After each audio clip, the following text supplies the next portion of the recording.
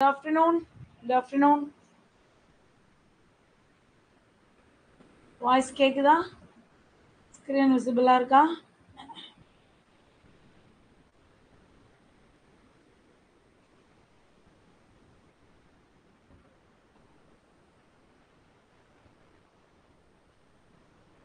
Good afternoon, Raji. Good afternoon.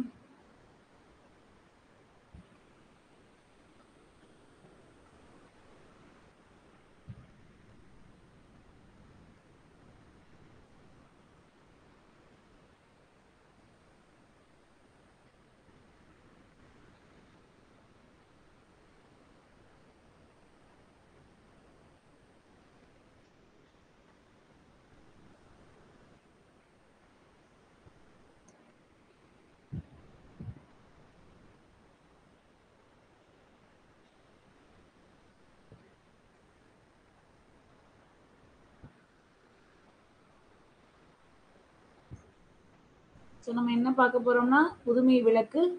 இதுல வந்து எதுனா 4000 திவ்ய பிரபந்தத்தை பத்தி கொடுத்துருந்துருப்பாங்க இதுல நம்மளுக்கு. ஸோ இதுல உள்ள பாடல்களை பார்க்கலாம். வையம் தகழியாக வார்க்கடலே நெய்யாக, வையத்தை தகழியா உருவப்படுத்தியிருக்காங்க, வார்க்கடலை நெய்யோட உருவப்படுத்தியிருக்காங்க. பெய்ய கதிரோன் விளக்காக, கதிரோன விளக்காக, செய்ய சுடர் ஆழியான் ஆடிக்கே சூடினேன் சொல்மாலை இடராளி நீங்குகவே என்று அப்படின்னு யார் பாடியிருக்கா? பொய்கை ஆழ்வார் பாடியிருக்கார். இது என்ன அணின்னு கேட்டீங்கன்னா உருவக அணி. இதுல பயின்று வந்துள்ள அணி என்னது? உருவக அணி. ஓகேயா? வையம் உலகம், வெய்ய கதிரோன் வெப்ப கதிர் வீசும், சுடர் ஆழியான் ஒளிவிடும் சக்கரத்தை உடைய திருமால் சுடர் ஆழியான், இடராளி துன்பக் கடல், இடர் அப்படின்னா என்னது? துன்பம். ரைட்டா? ஆழினா கடல், துன்பக் கடல். சொல் மாலை, பா மாலை அப்படின்னு சொல்றாங்க. ஓகேயா? இதுல யாரு குறிப்பிடப்பட்டிருக்காங்க? பொய்கை ஆழ்வான் காஞ்சிபுரத்துல இருக்கக்கூடிய திருவேக்கால பிறந்தவர். பொய்கை காஞ்சிபுரம் திருவேகால பிறந்திருப்பார். திருவேகால பிறந்திருப்பார். 4000 திவ்ய பிரபந்தத்துல முதல் திருவந்தாதி. நீங்க ஞாபகம் வச்சுக்கோங்க. பொய்க்கு அப்புறம் என்னது? பூதம் பேய். பொய் பூதம் பேய். ரைட்டா? பொய்யாழ்வார், பூதத்தாழ்வார், பேய் ஆழ்வார், 2வது ஆழ்வார் இவர் தான். ஓகே. பொய் சொன்னா பூதம் புடிச்சிட்டு போயிரு, ஞாபகத்துல வச்சுக்கோங்க. பொய் பூதம் பேய். ஓகே. சோ பொய்யாழ்வார் காஞ்சிபுரம் திருவைக்கால பிறந்திருப்பாரு. முதல் திருவந்தாதியை நம்மளுக்கு எழுதியிருப்பாரு. அடுத்து 2வது திருவந்தாதி பாருங்க. அன்பே தகலியாக, அன்பை விளக்காக்கிட்டாங்க. அப்ப ஆர்வமே நெய்யாக, ஆர்வத்தை நெய்யாக்கிட்டாங்க. இன்புரு சிந்தை இடுதிரியாக, சிந்தையை இடுதிரியாக்கிட்டார். நண்புருகு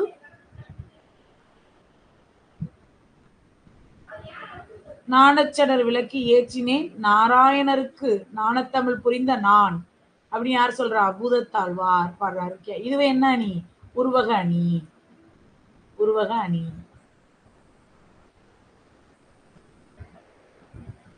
தகழி அகல் விளக்கு, ஞானம் அறிவு, நாராயணன் திருமால். பூதத்தாழ்வார் சென்னை அடுத்த மாமல்லபுரத்தை சேர்ந்தவர். எந்த ஊரை சேர்ந்தவர்? மாமல்லபுரம். 4000 திவ்ய பிரபந்தத்துல எத்தனாவது திருவந்தாதி எழுதியிருப்பாரு? 2வது திருவந்தாதியை இயற்றியவர். ஓகேயா? அவர் காஞ்சிபுரம் திருவேக்கா, இவர் மாமல்லபுரம். அந்தாதி, அந்தாதி அப்படின்னா என்னது? அந்தம் கூட்டல் ஆதி. அந்தம்னா என்னது? முடிவு. ஆதி அப்படின்னோம்னா தொடக்கம். அப்ப ஒரு பாடலுடைய கடைசி சொல்லோ எழுத்தோ இல்ல அந்த வரியோ அடுத்த பாடலுக்கு முதலா அமைகிறது வந்து என்னன்னு சொல்றாங்க? அந்தாதி அப்படின்னு சொல்லி சொல்றாங்க. ஓகேயா? இது 4000 திவ்ய பிரபந்தம். இது ஃபுல்லாமே எனது அந்தாதி பாடல்களை கொண்டு அமைவதாக இருக்கும். ஓகேயா? திருமாலை பாடிய புலவர்கள் வந்து 12 பேர். 12 ஆழ்வார்கள் அவரை சொல்லுவோம். இவங்க பாடிய பாடல்களோட தொகுப்பு தான் 4000 திவ்ய பிரபந்தம். இதை தொகுத்தவர் யாரு? நாதமுனி. தொகுத்தவர் நாதமுனி தொகுத்திருப்பாரு. ஓகேயா? பொய்கை பூதம் பேய் இவங்க 3 பேரையுமே முதலாழ்வார் சொல்லுவாங்க. பொய் பூதம் பேய் இவங்க 3 பேரும் முதலாழ்வார்கள். இடர் அப்படின்னது துன்பம். ஞான சுடர், ஞானம் கூட்டல் சுடர். இன்புருகு, இன்புருகு அன்பு நெய். அன்பு வந்து என்னது? விளக்கா போட்டிருப்பாங்க இல்லையா? அன்பு விளக்கு. ஆர்வத்தை நெய்யாக்கிட்டாங்க. சிந்தையை வந்து இடுதிரியாக்கி இருந்தாங்க இல்லையா? 4. ஞானத்தை தகழியாக்கிட்டாங்க. இங்க வந்து அன்பே தகழியாக சொல்லியிருப்பாரு. ஞானத்தை விளக்காக்கியிருக்காங்க. அப்ப கரெக்டா?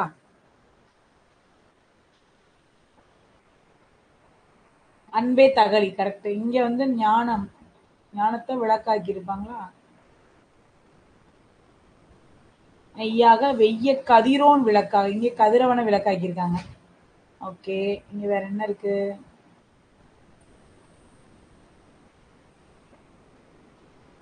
ஆர்வமே நெய்ய மாத்தி எழுதிட்டோம் இல்லையா? ரைட்.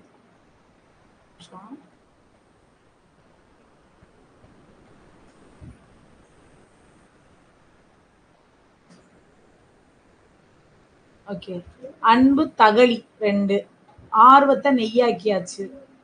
சிந்தை வந்து என்ன ஆயிடுச்சு? இடுதிரி. சிந்தை வந்து என்னது? இடுதிரி 3. ஞானம் விளக்கு ரைட்.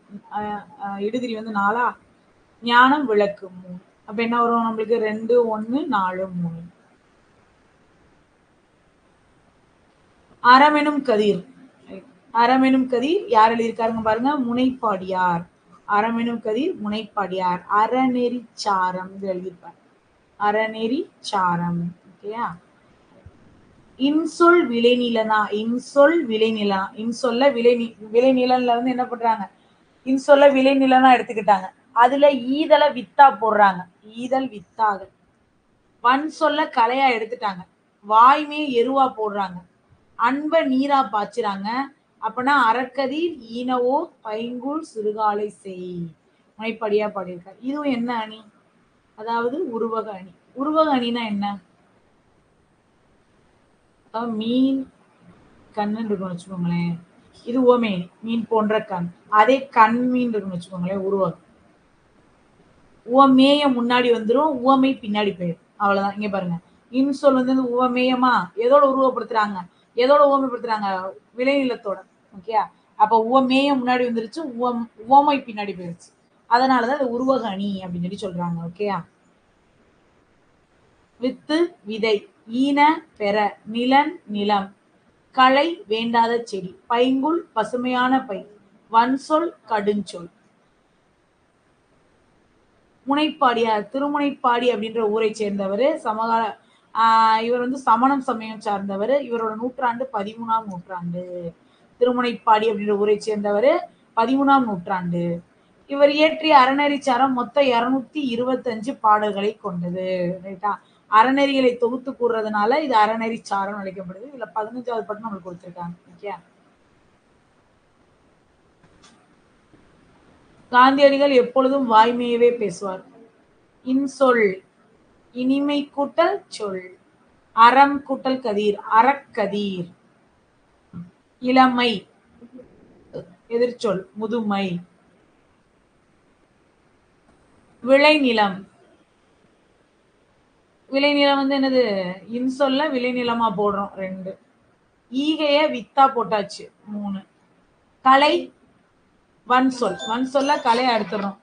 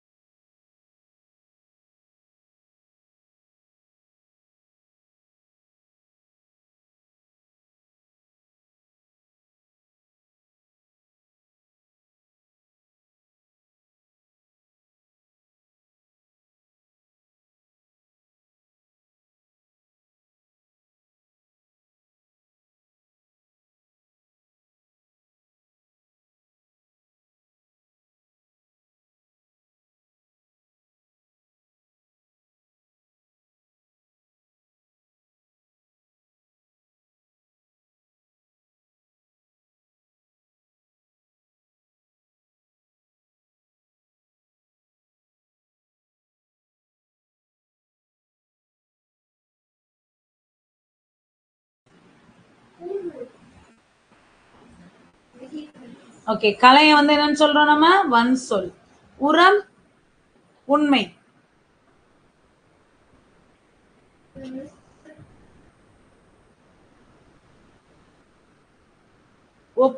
ஒப்புரவு நெறி, எல்லாரையும் சமமா பாராட்டணும், அவ்வளவுதான். ஒப்புரவுனாலே அவ்வளவுதான்.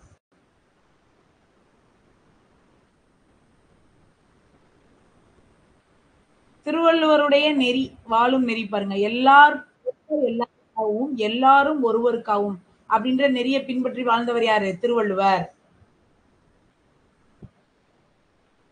ஒருவர் எல்லாருக்காகவும் எல்லாரும் ஒருவருக்காகவும் அப்படின்னு நெறிய பின்பற்றி வாழ்ந்தவர் யாரு? திருவள்ளுவர். இது பாருங்க. உலகம் உண்ண உன் உடுத்த ஒடுப்பாய், யாரு? பாரதிதாசன். உலகம் உண்ண உன் உடுத்த ஒடுப்பாய் சொன்னவர் யாரு? பாரதிதாசன்.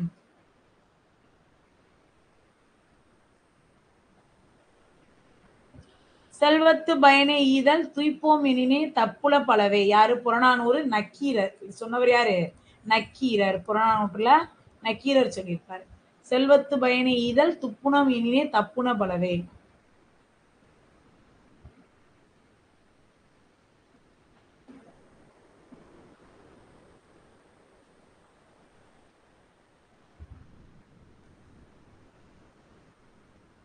ஊருணி நீர் நிறைந்தற்றே உலகவாம் பேரறிவாளன் திரு. ரைட்டா? அதாவது என்ன சொல்றாங்கன்னா, ஊருணியில நீர் நிரம்பியது போல ஊர்ல நிரம்பின நீர் எல்லாருக்கும் பயன்படும். அதே மாதிரி ஒருத்தனுடைய செல்வமான ஒருத்தனுடைய செல்வம் வந்து எல்லாருக்கும் பயன்படுச்சுன்னா அவன் தான் உலகத்தார் விரும்புற மாதிரி எல்லார் மனசுலயும் இருப்பான்னு சொல்றாங்க. பயன்மரம் உள்ளூர் பழுத்ததற்றால் செல்வம் நன்னுடை கண் படின். அதாவது ஊருக்கு நடுவுல இருக்கக்கூடிய நச்சு மரம் பழுத்து தொங்குனா அதனால என்ன பயனுமே கிடையாது. ரைட்டா? அந்த மாதிரிதான் வந்து நற்பண்பு இல்லாதவர்கள்ட்ட சேரக்கூடிய செல்வம். நற்பண்பு உள்ளவர்கிட்ட சேர்க்கக்கூடிய செல்வம் வந்து எப்படி இருக்கும் அப்படின்னு பாத்தீங்கன்னா, ஊருக்கு நடுவுல ஒரு மரம் பழம் பழுத்திருக்கிறது போன்றது அப்படின்னு சொல்றாங்க. ஓகேயா? ஓகே, இங்க வந்துடலாம் நம்ம. சரியா? இது என்னது? ஒப்புரவு நெறி. ஒப்புரவு நெறி அப்படின்ற தலைப்புல நம்மளுக்கு கொடுத்திருப்பாங்க. இது வந்து என்னன்னு பாத்தீங்க அப்படின்னோம்னா, இவருடைய கருத்துக்கள், இவர் சொன்னதை இவர் பேசின பேச்சை வந்து பாடமா நம்மளுக்கு தொகுத்து கொடுத்திருக்காங்க. இவர் யார் அப்படின்னு பாத்தீங்கன்னா, தவத்திரு குன்றக்குடி அடிகளார். குன்றக்குடி அடிகளார். குன்றக்குடி திருமணத்துடைய குன்றக்குடி திருமணத்துடைய தலைவராக விளங்கியிருப்பாரு. மக்கள் பணியை இறைப்பணியாக செய்து வாழ்ந்தவர். தம் பேச்சாலும் எழுத்தாலும் இறை தொண்டும் சமூக தொண்டும் இலக்கிய தொண்டும் ஆற்றியவர். திருக்குறள் நெறியை பரப்புவதை தம் வாழ்நாள் கடமையாக கொண்டார். தம் வாழ்நாள் கடமை எதை கொண்டிருக்காரு? திருக்குறள் நெறிய பரப்புறது தம் வாழ்நாள் கடமையாக கொண்டவர். ஓகேயா? இவருடைய நூல்கள் பாருங்க. நாயன்மால் அடிச்சுவற்றில் புறச்செல்வம், ஆலயங்கள், சமுதாய மையங்கள். இவருடைய நூல்களை பாருங்களேன். நாயன்மார் அடிச்சுவற்றில்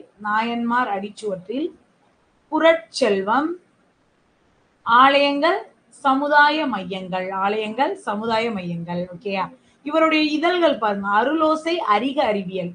இவருடைய இதழ் பாருங்க. அருளோசை அறிக அறிவியல். அறிக அறிவியல். நம்ம அறிவியல் நுனி இவரை போட மாட்டோம். இவர் நடத்துற இதழ் தான் அது. அறிக அறிவியல், அருளோசை. அருளோசை அறிக அறிவியல் இவருடைய இதழ்கள். ஒருவர் எல்லாருக்காகவும் எல்லாரும் ஒருவருக்காகவும் வாழ்வது ஒப்புரவு நெறி இல்லையா? ரைட். பொது உடைமை. ஒப்புரவு நெறி இல்லாட்டினா பொது உடைமை நெறி. செல்வத்தி பயனே செல்வத்தி பயன் டேஸ் வாழ்வு. ஒப்புரவு வாழ்வு. எல்லாருக்கும் சமமா பிரிச்சு கொடுத்து வாழ்வு. வறுமையை பிணி என்றும் செல்வத்தை டேஸ் சொல்றாங்க, மருந்துன்னு சொல்றாங்க. உலகம் உண்ண உன் உடுத்த உடுப்பா, யாரு? பாரதிதாசன். எளிது எதிர்ச்சொல்லா பொருத்தணும், அப்ப அரிது. இதழ்னா கொடுக்கிறது, அப்ப ஏற்றல் 3. அந்நியர்னா வெளியாள், அப்ப உறவினர் 4. இரவலர் புரவலர், கொடுக்கிறவங்க புரவலர். ஓகே.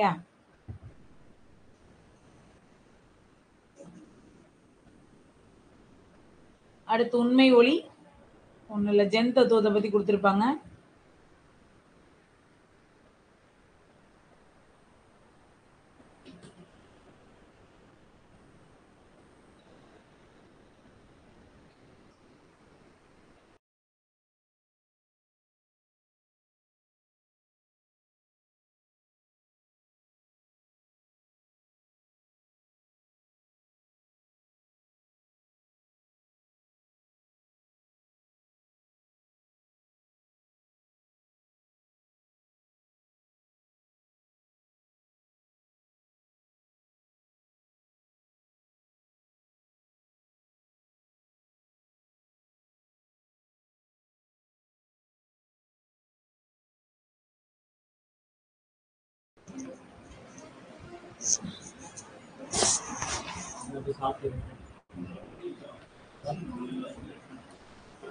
ஜென் என்னும் ஜப்பானிய மொழிச்சொல். வண்டிச்சாவை எடுத்துட்டு போ.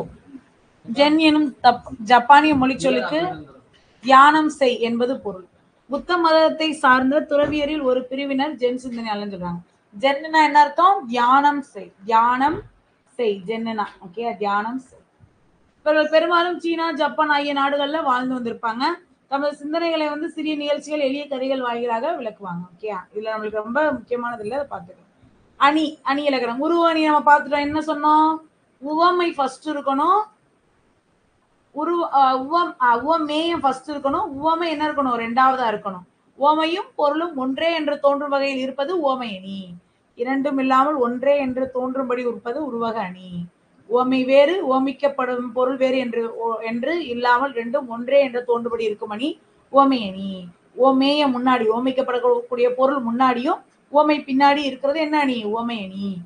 இது என்ன அணின்னு பார்த்தோம், நம்ம ஆல்ரெடி பார்த்தோம் இல்லையா? வையத்தை தகலியோட உருவப்படுத்தியிருக்காங்க. ரைட்.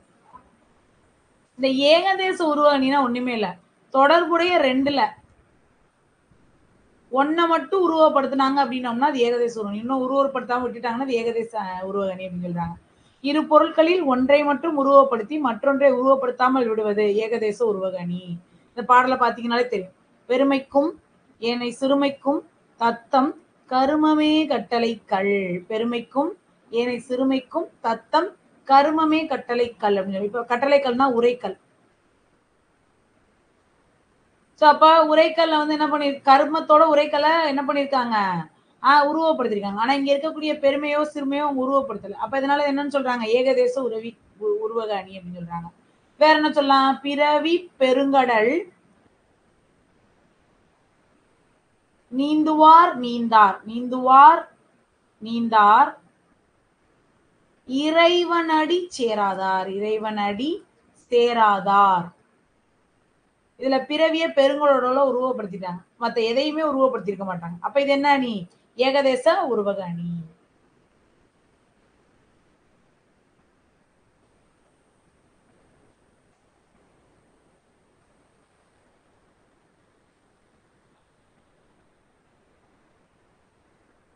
குறிக்கோள் அப்படின்னா என்னது? அப்ஜெக்டிவ். செல்வம் வெல்த். லட்சியம் லட்சியம். ஆம்பிஷன் அப்படின்னோம்னா லட்சியம். ஓகே, ஆம்பிஷன் லட்சியம். ஓகே. கம்யூனிசம் பொதுவுடைமை. ரெஸ்பான்சிபிலிட்டி கடமை. அயலவர் நெய்பர். நெய்பர்னா அயலவர். ஓகே. பாவர்ட்டி வறுமை. ரெசிப்ரோசிட்டி ஒப்புரவு நெறி. ரெசிப்ரோசிட்டி அப்படின்னோம்னா என்னது? ஒப்புரவு நெறி. கர்டசி நற்பண்பு. கர்டசினா என்னது? நற்பண்பு. இப்ப திருக்குறள் வினை செயல் வகை. பொருள் கருவி காலம் வினை இடனோடு ஐந்தும் இருள்தீர எண்ணி செயல். ஓகே. சோ என்ன சொல்றாங்க அப்படின்னோம்னா, எதை எண்ணி செய்ய, எந்த அஞ்சையும் ஐயம் தீர ஆராய்ந்து ஒரு செயலை செய்ய வேண்டும் சொல்றாங்க. ரைட்டா? இருள் தீர ஐயம் தீர ஒரு செயலை செய்யறதுக்கு தேவையான அஞ்சு எது, எதை ஆராயணும் சொல்றாங்க? பொருள், என்ன பொருள் செய்யணும், என்ன பண்ண போறோம் அப்படின்றது. ஓகே. ஏற்ற கருவி. ஏற்ற கருவி. கருவி. காலம், தகுந்த காலம். வினை செயல், செயலுடைய என்ன செயல் செய்ய போறோம். ரைட்டா? அதுக்கு சரியான பிளேஸ், இடம். இந்த அஞ்சையும் கரெக்டா ஆராய்ந்து செய்ய வேணும் ஒரு செயலை செய்யணும் அப்படின்னா. ஓகே. பொருள், ஏற்ற கருவி, தகுந்த காலம், செயலோட தன்மை, இடம். ஓகே. வினையை வினையாக்கி கோடல் நனைக்கவுள். வினையால் வினையாதற்று. தற்றுன்னு வந்துருச்சு. அப்ப இது என்ன அணி? உவமை அணி. ஓகேயா? வினையை வினையாக்கி கோடல் நனைகவுள் யானையார் யானையாதற்று. ரைட்டா? அதாவது ஒரு ஆணையை வச்சு இன்னொரு ஆணையை பிடிப்பாங்களா? ஒரு அடங்காத ஆணையை இன்னொரு ஆணையை வச்சு பிடிப்பாங்களா? அது போல ஒரு செயலை வந்து செய்யும் போதே இவனால இந்த விஷயம் செய்ய முடியும் அப்படின்னு நினைச்சு என்ன பண்ணும்? அவரை பிடிச்சுக்கும். அந்த செயலையும் சேர்த்து முடிச்சிடணும் அப்படின்னு சொல்லி சொல்றாங்க. அவை அஞ்சாமை. கற்றாருள் கற்றார் எனப்படுவர் கற்றார் முன் கற்ற செல சொல்லுவார். ரைட்டா? கற்றாரில் கற்றார் எனப்படுவர். கற்றாருள் கற்றார் எனப்படுபவர் கற்றார் முன் கற்ற செல சொல்லார். தான் கற்றத மதிப்பு மிக்கவங்கள்ட்ட பிழை இல்லாம தெளிவா சொல்றவங்க தான் வந்து கற்றாருள் கற்றவர் அப்படின்னு சொல்லி சொல்றாங்க. கற்றவரும் கற்றவராக மதிக்கப்படுறாரு. கற்றார் முன் கற்ற செலச் சொல்லி தாம் கற்ற மிக்காருள் மிக்க கொள்ளல். கற்றவர் முன் தான் கற்றதை மனதில் பதியும்படி சொல்லி அவர்கள் கற்றதையும் கேட்டு தெரிஞ்சுக்கிறவன் தான் வந்து என்ன கேட்டு அறிஞ்சுக்கணும் அப்படின்னு சொல்றாங்க. கற்றார் முன் கற்ற செலச்சொல்லி, கற்றார் முடி தான் கற்றதை தெளிவா சொல்லி அதே மாதிரி தாம் கற்ற மிக்காருள் மிக்க கொள்ளல், அவங்க கத்துக்கிட்டையும் நம்ம கேட்டு தெரிஞ்சுக்கணும் அப்படின்னு சொல்றாங்க. அடுத்து நாடு. உருபசியும் ஓவா பிணியும் செருபகையும் சேராது இயல்வது நாடு. உருபசியும், பசி இருக்கக்கூடாது ஒரு நல்ல நாட்டுக்குன்னா. பிணி, நோய் இருக்கக்கூடாது, தீராத நோய் இருக்கக்கூடாது. செருபகை, அழிவை தரக்கூடிய பகை இருக்கக்கூடாது. ஓகேயா? சேராது இயல்வது நாடு. என்னென்ன சொல்றாங்க பாருங்க. உருப்பசியும் ஓவா பிணையும் செருபகையும் சேராது இயல்வது நாடு. ஓகேயா? நாடென்பா நாட வளர்த்தென்ன நாடல்ல நாடா வளம் தரும் நாடு. என் கூட சேர்ந்து குறளை வாசிங்க. நாடென்ப நாடா வளர்த்தென்ன நாடல்ல நாடா வளம் தரும் நாடு. நாடென்ப நாடா வளர்த்தென்ன நாடல்ல நாடா வளம் தரும் நாடு. அப்புறம் என்ன சொல்றாங்க? பெரிய அளவில் முயற்சி இல்லாமல் வளம் தரக்கூடிய நாடுதான் சிறந்த நாடுன்னு சொல்றாங்க. ஓகேயா? முயற்சி இல்லாம எல்லா வளத்தையும் நாட்டுக்குள்ள இருந்து எடுத்துக்கணும். அப்படிப்பட்ட நாடுதான் வந்து வளம் உள்ள நாடுன்னு சொல்றாங்க. நம்ம வந்து முயற்சி செய்து சேரும் செல்வத்தையுடைய நாடு சிறந்த நாடு அப்படி ஆகாது அப்படின்னு சொல்றாங்க. ஓகேயா? ரைட். ஸோ அப்போ எல்லா வளமும் நாட்டுக்குள்ளேயே இருக்கணும். ரொம்ப முயற்சி பண்ணி நாட்டில வளத்தை கொண்டு வந்து சேர்க்க கூடாதுன்னு சொல்றாங்க. அரண். அடுத்து மணி நீரும் மண்ணும் மலையும் அழிநிழல் காடும் உடையது அரண். அப்ப நாட்டுக்குரிய அரண், அரண் என்னது? பாதுகாப்பு கோடு அப்படின்னு சொல்லுவோம் இல்லையா? அதுதான். ரைட். என்னென்னது? நீர், மணி நீரும், மண்ணு, நிலம், மண்ணுனா என்னது? நிலம், மழை, அடுத்து நிழலை தரக்கூடிய காடு, இதுதான் நாட்டுடைய அரண் சொல்றாங்க. இந்த நான்கையும் நாட்டுடைய அரணா சொல்றாங்க. நீரு, மண்ணு, மலை, காடு. மணி நீரும் மண்ணும் மலையும் அணிநிழல் காடும் உடையது அரண். எனைமாச்சித்து ஆக்கிய கண்ணும் வினைமாச்சித்து இல்லார்கண் இல்லது அரண். எனைமாச்சித்து ஆக்கிய கண்ணும் வினைமாச்சித்து இல்லார்கண் இல்லது அரண். அரண் எவ்வளவு பெருமையாக இருந்தாலும் செயல் சிறப்பு இல்லாதவட்ட அது இருந்து பயன் கிடையாது. அவ்வளவுதான். எனைமாச்சித்து ஆக்கிய கண், எவ்வளவு பெரிய அரணா இருந்தாலும் சரி, வினைமாச்சி இல்லார்கண் இல்லாது அரண். அந்த அரண் இல்லாமலே போயிடும். பெருமை. பிறப்புக்கும் எல்லா உயிருக்கும் சிறப்பொவ்வா செய்தொழில் வேற்றுமையான். பிறப்புக்கும் எல்லா உயிருக்கும் சிறப்பொவ்வா செய்தொழில் வேற்றுமையான். இங்க கூடிய செய்தொழில், தொழில்னால வேற்றுமைப்படுறாங்க. இங்க இருக்கக்கூடிய தொழில் என்ன சொல்றாங்க? அவங்க செய்யக்கூடிய நன்மை தீமைய செயல்களை பொறுத்து அவங்களுடைய சிறப்பியல்பு மாறுபடும் சொல்றாங்க. ஓகே? பிறப்பால எல்லா மக்களும் சமம்தான். பிறப்புக்கும் எல்லா உயிர்க்கும் சிறப்பொவ்வா, எதனால அவங்க சிறப்பு அறிகிறாங்க? அவங்களுடைய நல்லது கெட்டது செய்கையினால. ஓகேயா? பெருமையுடையார் ஆற்றுவார் ஆற்றின் அருமையுடைய செயல். என்ன சொல்றாங்க? பெருமையுடையார் ஆற்றுவார் ஆற்றின் அருமையுடைய செயல். ஓகே? பெருமையுடையவர்கள் உயர்ந்த பண்புகளுடைய அரிய செயல்களை கூட சரியான நேரத்துல செஞ்சு முடிச்சிருவாங்க. அவ்வளவுதான். பெருமையுடையார் ஆற்றுவார் ஆற்றின் அருமையுடைய செயல். டேஸ் ஒரு நாட்டுடைய அரண் ஆகாது. எது? வயல். மற்றதெல்லாம் அதோட அரண் இல்லையா? மக்கள் அனைவரும் பிறப்பால் ஒத்த இயல்புடையவர்கள். நாடு ஊட்டல் என்ப, நாடென்ப. கல் கூட்டல் இல்லது, கண்ணிலது, கண் கூட்டல் இல்லது, கண்ணிலது.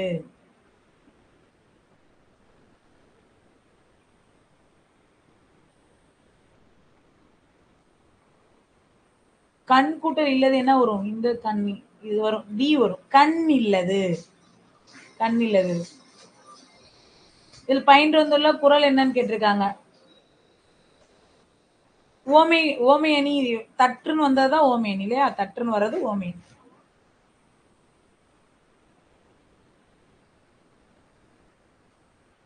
இதுல பாருங்க, இந்த பாடலை பார்த்து குறள் சொல்லியிருக்காங்க. மணி நீரும் மண்ணும் மலையும் அணிநிழற்காடும் உடையது அரண். வருதா? இதுக்கு என்ன பாட்டு வரும்னு சொல்லுங்க. உருபிசியும் ஒவ்வா நோயும் செருபகையும் ஓவா பிணியும் செருபகையும், அந்த பாட்டு வருமா? உருபசியும் ஓவா பிணியும் செருபகையும் தேராது இயல்வது நாடு இல்லையா? அடுத்து மானுடம் வெல்லும். மழைப்பொழிவு. இது யார் எழுதியிருப்பாரு அப்படின்னு பாத்தீங்கன்னா கண்ணதாசனால் எழுதப்பட்டிருக்கும். யாரை பத்தி அப்படின்னு பாத்தீங்கன்னா ஏசுபிரானை பத்தி எழுதியிருப்பாங்க. மழைப்பொழிவு.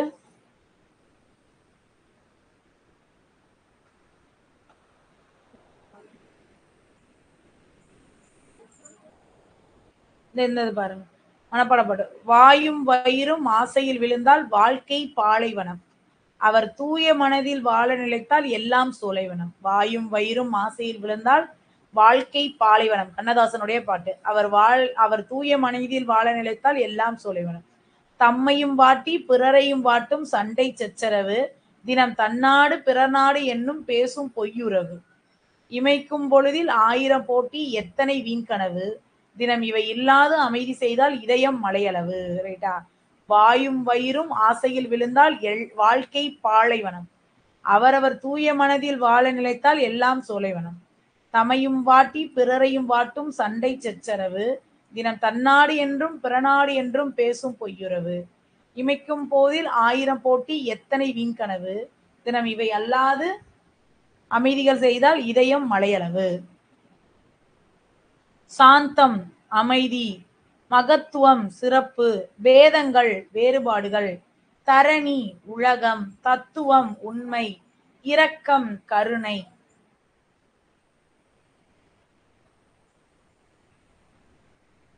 கண்ணதாசனின் இயற்பெயர் வந்து என்னது? முத்தையா. கண்ணதாசனோட இயற்பெயர் வந்து என்னது? முத்தையா. நம்மளுக்கு தெரியும். கவியரசு அப்படின்னு சிறப்பிக்கப்படுறாரு. காவியங்கள், கவிதைகள், கட்டுரைகள், சிறுகதைகள், நாடகங்கள், புதினங்கள் இதெல்லாமே அவர் எழுதியிருப்பாரு. திரைப்பட பாடல்கள் எழுதியிருப்பாரு. தமிழக அரசுடைய அரசவை கவிஞராகவும் விளங்கியவர். இயேசுவோட வரலாற்றையும் அவர் அறிவுரையும் கூறக்கூடிய காவியம் தான் என்னது? இயேசு காவியம். இது கண்ணதாசன் எழுதினதான்.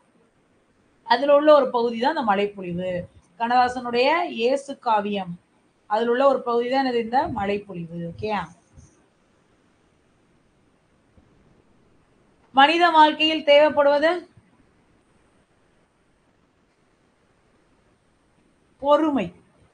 சாந்தம், சாந்த குணமுடையவர்கள் உலகம் முழுவதையும் பெறுவார்கள். மழை அளவு, மழை கூட்டல் அளவு. தன்னாடு, தன் கூட்டல் நாடு, தன்னாடு. இவை இல்லாது, இவை இல்லாது, இவை இல்லாது. சாந்தம் அமைதி 4, மகத்துவம் சிறப்பு 1, தரணி உலகம், இரக்கம் கருணை. அடுத்து தன்னை அறிதல், தன்னை அறிதல். சே பிருந்தா. தன்னை அறிதல் யாரு? சே பிருந்தா. தன்னை அறிதல். காக்கா குருவி, அதாவது குருவி வந்து காக்கா கூட்டுல முட்டையை போட்டு போயிரும். சாரி, குயில். குயில் குயில் வந்து காக்கா கூட்டுல முட்டை போட்டு போயிரும். கொஞ்ச நாள் கழிச்சுதான் அந்த காக்கா, அந்த குயில்னால மத்த காக்கா, தன்னோட கூட இருக்க மத்த காக்கா மாதிரி எதுவுமே பண்ண முடியாது. ரொம்ப நாள் யோசிச்சுட்டே இருக்கும். அதுக்கப்புறம் ஒரு கட்டத்துல வந்து காக்காய்க்கு அது தான் குட்டி இல்லைன்னு தெரிஞ்சோடனே அதை விட்டுட்டு போயிடும். இது அழுகும், ஆனாலும் விட்டுட்டு போயிடும். ஒருவேளை அது வந்து கடைசியில கத்தும் போதுதான், அது கூவும் போதுதான் அதுக்கு தெரிஞ்சிருக்கு நம்ம காக்கா இல்ல குயில்னு. ஓகே. ஸோ அதுக்கப்புறம் இதான் இந்த இதோட கதை. சே பிருந்தா தன்னை அறிதல். பிருந்தா புகழ்பெற்ற பெண் கவிஞர். என்னென்ன எழுதியிருக்காங்க பாருங்க. மழை பற்றிய பகிர்தல்கள், வீடு முழுக்க வானம், மகளுக்கு சொன்ன கதை. கேட்டா இந்த தன்னை அறிதல் வந்து யாருக்கு சொன்ன கதையா? மகளுக்கு சொன்ன கதை.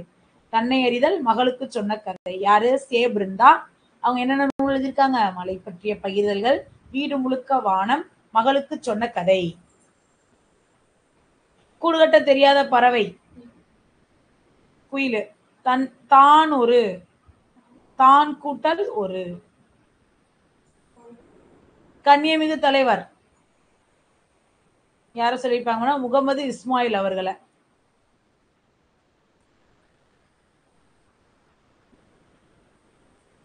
எளிமை, நேர்மை, உழைப்பு, பொறுமை, நாட்டுப்பற்று முதலிய பண்புகளை ஒருங்கே கொண்டு சிறந்து விளங்கிய தலைவர் கண்ணியமிகு என்னும் அடைமொழியால் அழைக்கப்படுகிறார். ரைட்டா? அவரை பத்தி நம்ம பார்க்க போறோம். காயிதே மில்லத் அப்படின்னு ஒரு சொல்லுவோம். இவரோட இயற்பெயர் வந்து முகமது இஸ்மாயில். ரைட்டா?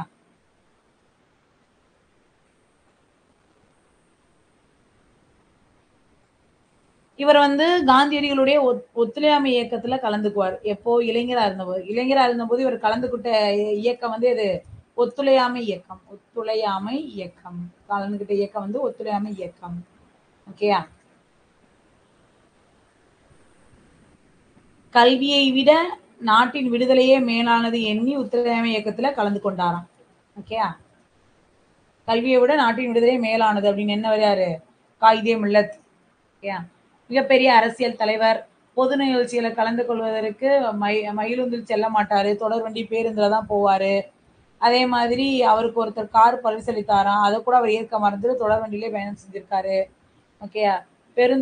இவரை சார்ந்திருந்த இயக்கத்தின் சார்பா அவருக்கு ஒரு மகிழுந்தும் பெருந்தோயும் பரிசளிக்கப்பட்டது. அதெல்லாம் அவர் என்ன பண்ணார் அப்படின்னோம்னா, அவர் தொடங்கி வைத்த கல்லூரியில பயன்பாடு கொடுத்துருவாரு. அதே மாதிரி மணக்கொடை வாங்காமல் வாங்கக்கூடிய திருமணங்கள்ல கலந்து கொள்ள மாட்டேன் அப்படின்னு சொல்லிடுவாரு. யார் யாரெல்லாம் மணக்கொடை வாங்கலையோ அந்த திருமணத்துல மட்டும்தான் கலந்துக்குவேன், மணக்கொடை வாங்கக்கூடிய திருமணங்களை நான் கலந்துக்கிட்ட மாட்டேன் அப்படின்னு சொல்லியிருப்பாரு.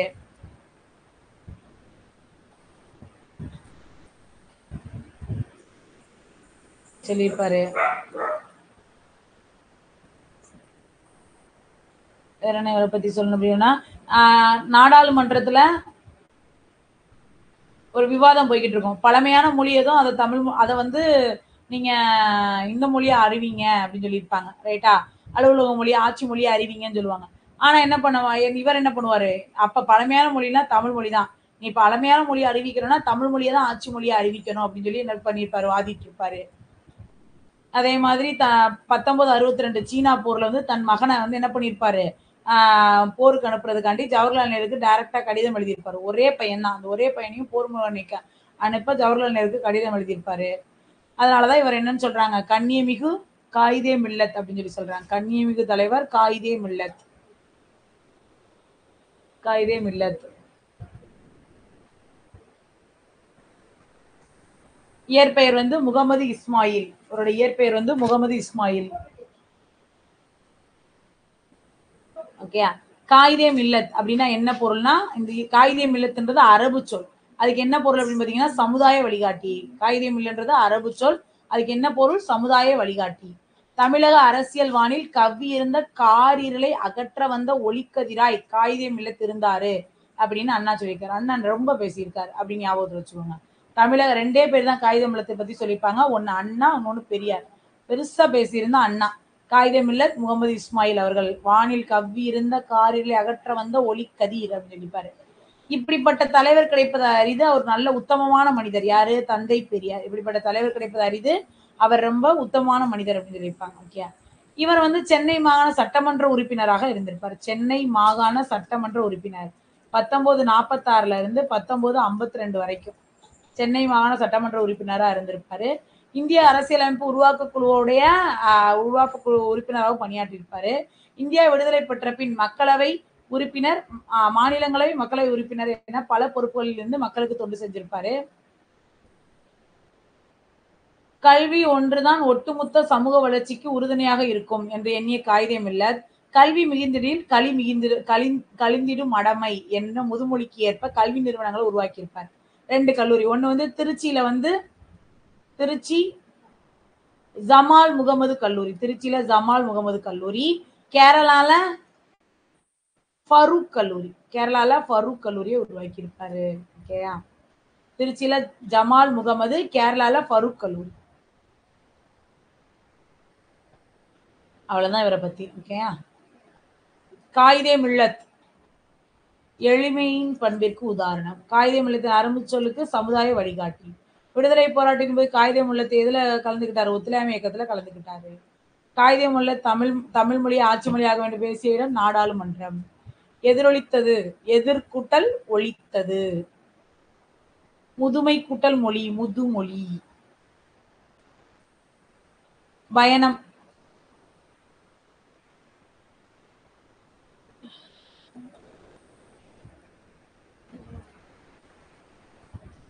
பயணம் பாவண்ணன். பயணம் யார் எழுதியிருக்கா? பாவண்ணன். இது எதுல இடம்பெற்றிருக்குன்னா பிரயாணம் அப்படின்ற நூல்ல பயணம்ன்றது எழுதப்பட்டிருக்கு. பிரயாணம் அப்படின்ற நூல்ல பயணம். யாரு? பாவண்ணன். பாவண்ணன். பாவண்ணன். சிறுகதை, கவிதை, கட்டுரை எழுத்தாளர். ஓகே. கன்னட மொழியிலிருந்து பல நூல்களை தமிழ் மொழிக்கு மொழிபெயர்த்திருக்கு. எதுல இருந்து? கன்னடல இருந்து தமிழுக்கு மொழிபெயர்த்திருக்கார். கன்னட மொழியிலிருந்து தமிழ் மொழிக்கு மொழிபெயர்த்தவர் பாவண்ணன். வேர்கள் தொலைவில் இருக்கின்றன. நேற்று வாழ்ந்தவர்கள். கடலோர வீடு. பாய்மரக் கப்பல், மீசக்கார பூனை, பிரயாணம், இதெல்லாம் அவருடைய நூல்கள்.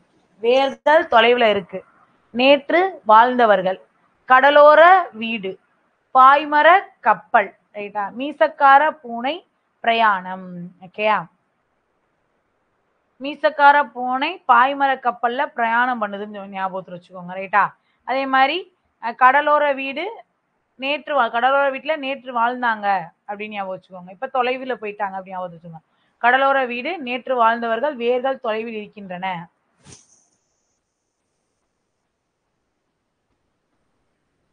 ஆகுபெயர்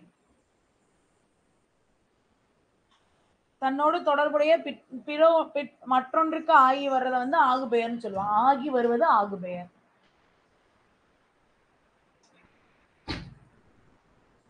ஒன்றன் பெயர் அதனை குறிக்காமல் அதனோடு தொடர்புடைய வேறொன்றுக்கு ஆகி வர்றது ஆகுபெயர்னு சொல்றோம். ஒன்றன் பெயர் அதனை குறிக்காமல் அதனோடு தொடர்புடைய மற்றொன்றுக்கு ஆகி வந்துச்சுன்னா அது ஆகுபெயர் அப்படின்னு சொல்லி சொல்றோம். பொருள், இடம், காலம், சினை, பண்பு, தொழில் ஆகிய 6 வகை ஆகுபெயர்கள் பெயர் சொல்கள்ல ஆகுபெயர் உண்டு அப்படின்னு சொல்லி பார்த்திருக்கோம். ஓகேயா, ரைட். பொருளாகு பெயர், இப்ப இதை பாருங்களேன். பொருளாகு பெயர் அதாவது முதற் பொருளை குறிக்காம சினை பொருளை குறிக்கும்.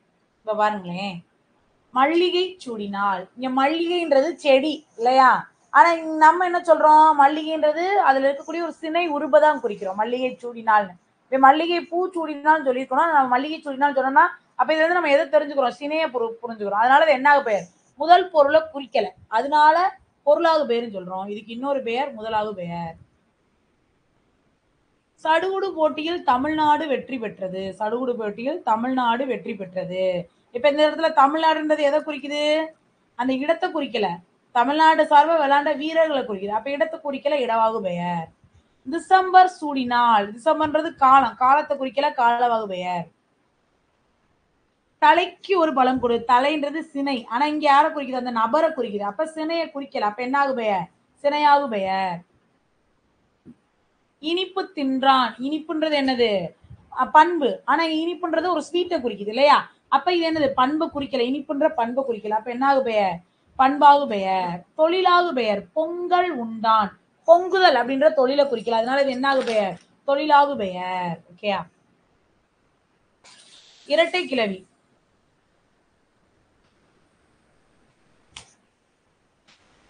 இரட்டை கிளவி அதாவது பிரிச்சா பொருள் தராது, பிரிச்சால் பொருள் தராதது இரட்டை கிளவி, சேர்ந்தே நிற்கக்கூடியது, இதை நம்ம இரட்டை கிளவின்னு சொல்லுவோம். ஓகேயா.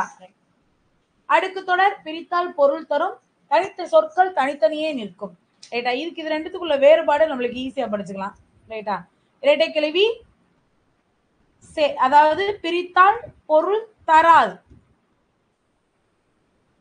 அடுக்கு தொடர் பிரித்தால் பொருள் தரும், சொற்கள் தனித்தனியே நிற்கும். இரட்டை கிளவிக்கு தனித்தனியே நிற்கும், தனித்தனியே, இங்க சேர்ந்தே இருக்கும் இல்லையா, சேர்ந்தே இருக்கும். அதே மாதிரி இதுக்கு வேற என்ன சொல்லலாம், 2ல இருந்து 2 முறை மட்டுமே அடுக்கி வரும் இரட்டை கிளவி, அடுக்கு தொடர் 2ல இருந்து 4 முறை அடுக்கி வரும். ஓகே, இரட்டை கிளவி 2 முறை மட்டுமே அடுக்கி வரும், இங்க 2ல இருந்து 4 முறை அடுக்கி வரும். ஓகேயா, சரி. இது எப்படி வரும் அப்படின்னு பாத்தீங்கன்னா,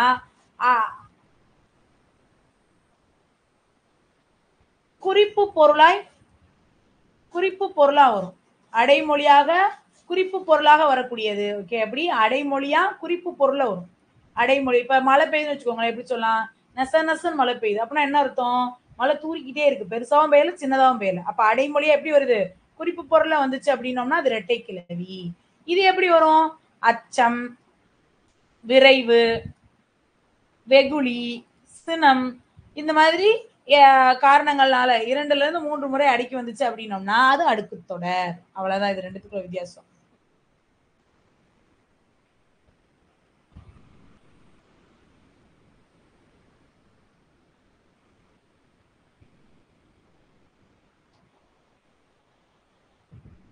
எல்லாமே சொல்லிட்டோம்.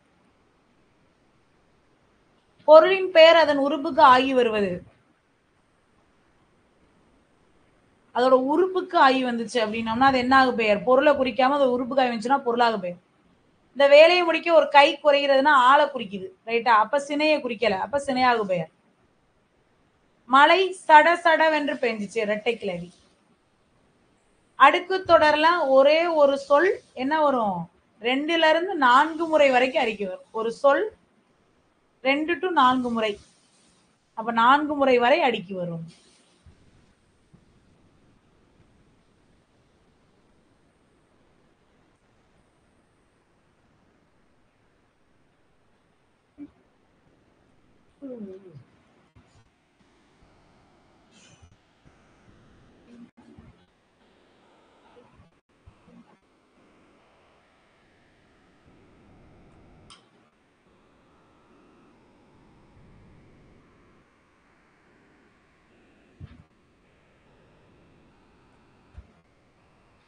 சமயம் ரிலீஜியன், எளிமை சிம்பிளிசிட்டி, ஈகை சேரிட்டி, கண்ணியம் கண்ணியம் டிக்னிட்டி, கொள்கை டாக்ட்ரின், தத்துவம் பிலாசபி, நேர்மை இன்டெகிரிட்டி, வாய்மை சின்சியாரிட்டி, உபதேசம் பிரீச்சிங், வானியல் அஸ்ட்ரானமி இல்லையா, வானியல் அஸ்ட்ரானமி.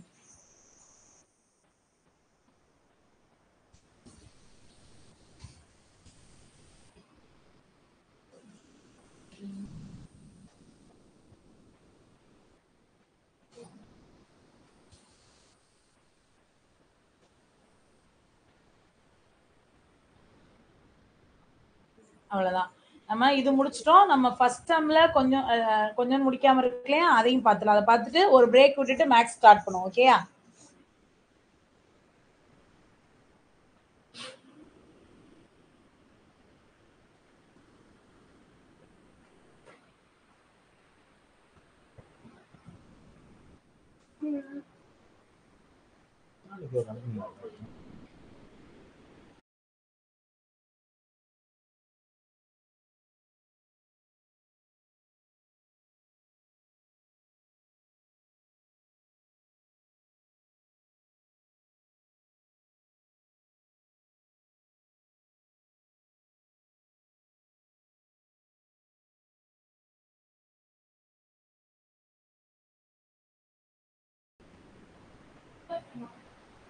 ஸ்கிரீன் தெரியுதா?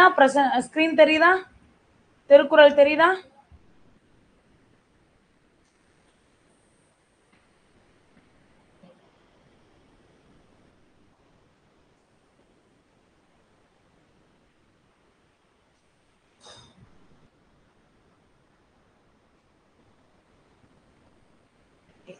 சரி, திருக்குறள் என்ன கொடுத்துருக்காங்க பாருங்க. தேங்க்யூ வீணா, தேங்க்யூ கனிஷ்கா, தேங்க்யூ. திருக்குறள் என்ன கொடுத்துருக்காங்கன்னு பாருங்க.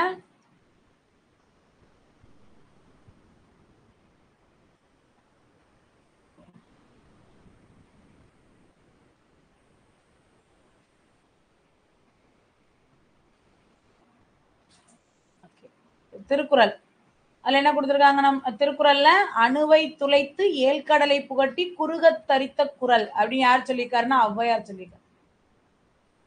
அணுவை துளைத்து ஏழ்கடலை புகட்டி குறுகத் தரித்த குறள் ஔவையார். இதுவே கடுகை துளைத்துன்னு இருந்துச்சுன்னு வச்சுக்கோங்க, கடுகை துளைத்து யார் சொல்லியிருப்பாருன்னா இடைக்காடனார் சொல்லியிருப்பார். இடைக்காடனார். கடுகை துளைத்து இடைக்காடனார். ஓகேயா?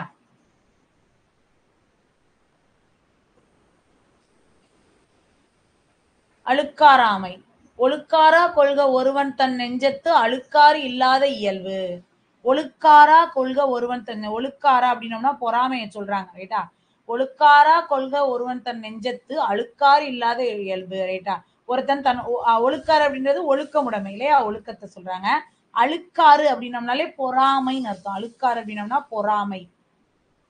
பொறாமை, அழுக்காறுன்றது பொறாமை.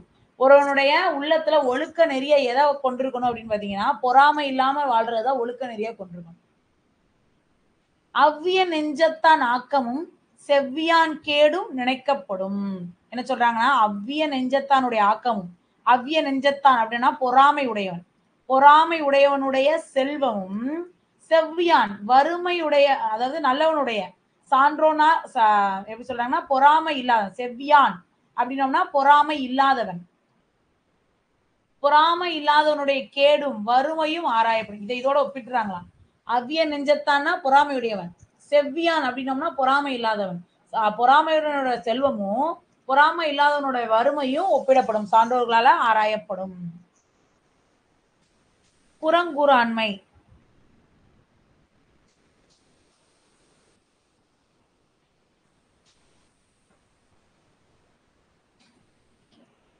கண்ணின்று கண்ணறச் சொல்லினும் சொல்லற்க முன்னின்று பின்னோக்கா சொல். ஒருத்தருக்கு நேருக்கு நேர நின்னு கடுமையான சொல்ல கூட சொல்லிடலாம், பின்னாடி போய் என்ன பண்ணக்கூடாது, அவங்கள பத்தி பேசவே கூடாது. கண்ணின்று கண்ணறச் சொல்லினும் சொல்லற்க முன்னின்று பின்னோக்கா சொல். ஏதிலார் குற்றம் போல் தன் குற்றம் காண்கிற்பின் தீதுண்டோ மண்ணு உயிர்க்கு. ஏதிலார் குற்றம் போல் தம் குற்றம் காண்கிற்பின் தீதுண்டோ மண்ணும் உயிருக்கு. பிறருடைய குற்றத்தை காண்கிற மாதிரி தன்னுடைய குற்றத்தை காண்பவருக்கு வாழ்வுல துன்பமே கிடையாது. அடுத்தவங்களை நம்ம சொல்றதுக்கு முன்னாடி நம்ம என்ன பண்ணோம், நம்மளோட குற்றத்தை நீக்கிக்கிட்டோம் அப்படின்னோம்னாலே நம்மளுக்கு என்ன கிடையாது, துன்பம் கிடையாது அப்படின்னு சொல்றாங்க. ஏதிலார் குற்றம் போல் தம் குற்றம் காண்கிற்பின் தீதுண்டோ மண்ணும் உயிருக்கு. அருளுடைமை. அருள் செல்வம் செல்வத்துள் செல்வம் பொருள் செல்வம் பூரியார் கண்ணும் உள. அருள் செல்வம் செல்வத்துள் செல்வம் பொருள் செல்வம் பூரியார் கண்ணும் உள. அருளாகிய செல்வம் தான் இருக்கிறதுலே, அருளுடைமைனா மற்றவங்கள்ட்ட இரக்கம் கொள்றது, அதுதான் இருக்கிறதுலே பெரிய செல்வம். பொருள் செல்வம் வந்து அந்த இந்த செல்வம் பொருளை இந்த பொருள் செல்வம் வந்து இழந்தவரிடத்திலும் இருக்கும் அப்படின்னு சொல்றாங்க. ரைட்டா? பொருள் செல்வம் இழிந்தவர்கிட்ட கூட பொருள் செல்வம் இருக்கும். ஆனா அருள்காகிய செல்வம் வந்து செல்வங்களுள் சிறந்த செல்வம் அப்படின்னு சொல்லி சொல்றாங்க. இந்த அதாவது இதுல என்ன சொல்றாங்கன்னா, இரக்க குணம் வந்து பொருள் இருக்கிறவங்கள்ட்ட தான் இருக்கணும்னு அவசியம் கிடையாது. ஓகேயா? அருளாகிய செல்வமே செல்வங்கள்ல சிறந்த செல்வம். பொருள் செல்வம் இல்லாதவங்கள்ட்ட கூட இந்த செல்வம் இருக்கும் அப்படின்னு சொல்றாங்க. ஓகேயா? பழியார் முன் தன்னை நினைக்காதான் தன்னில் மெலியார் மேல் செல்லும் இடத்து. தம்மை விட கீழே, நம்மளை விட கொஞ்சம் மெலிந்தவரை துன்புறுத்தும் போது நம்ம நினைச்சுக்கணும், நம்மளை விட வலியவர் நம்மளை துன்புறுத்தினா எப்படி இருக்குன்றத நம்ம நினைச்சு பார்த்துக்கணும்னு சொல்றாங்க. ரைட்டா? ஒருவர் தம்மை விட மெலிந்தவரை துன்புறுத்தும் போது தம்மை விட வலிமையவர் முன் தன் அஞ்சி நிற்கும் நிலையை எண்ணி பத்தல் வேண்டும். வலியார்மா தன்னை நினைக்காதான் தன்னின் வெளியார் மேல் செல்லும் இடத்து. இது ரெண்டு இதுல வருது, அருளுடைமையில வருது. வாய்மை. வாய்மை எனப்படுவது யாதெனில் யாதொன்றும் தீமை இல்லாத சொல்லல். வாய்மை எனப்படுவது யாதெனில் மற்றவங்களுக்கு தீங்கு தராத சொற்களை பேச வேண்டும், சொற்களை சொல்ல வேண்டும். தன்னஞ்சறிவது பொய்யற்க பொய்த்த பின் தன்னெஞ்சே தன்னை சுடும். தன்னஞ்சறிவது பொய்யற்க பொய்த்த பின் தன்னெஞ்சே தன்னை சுடும்.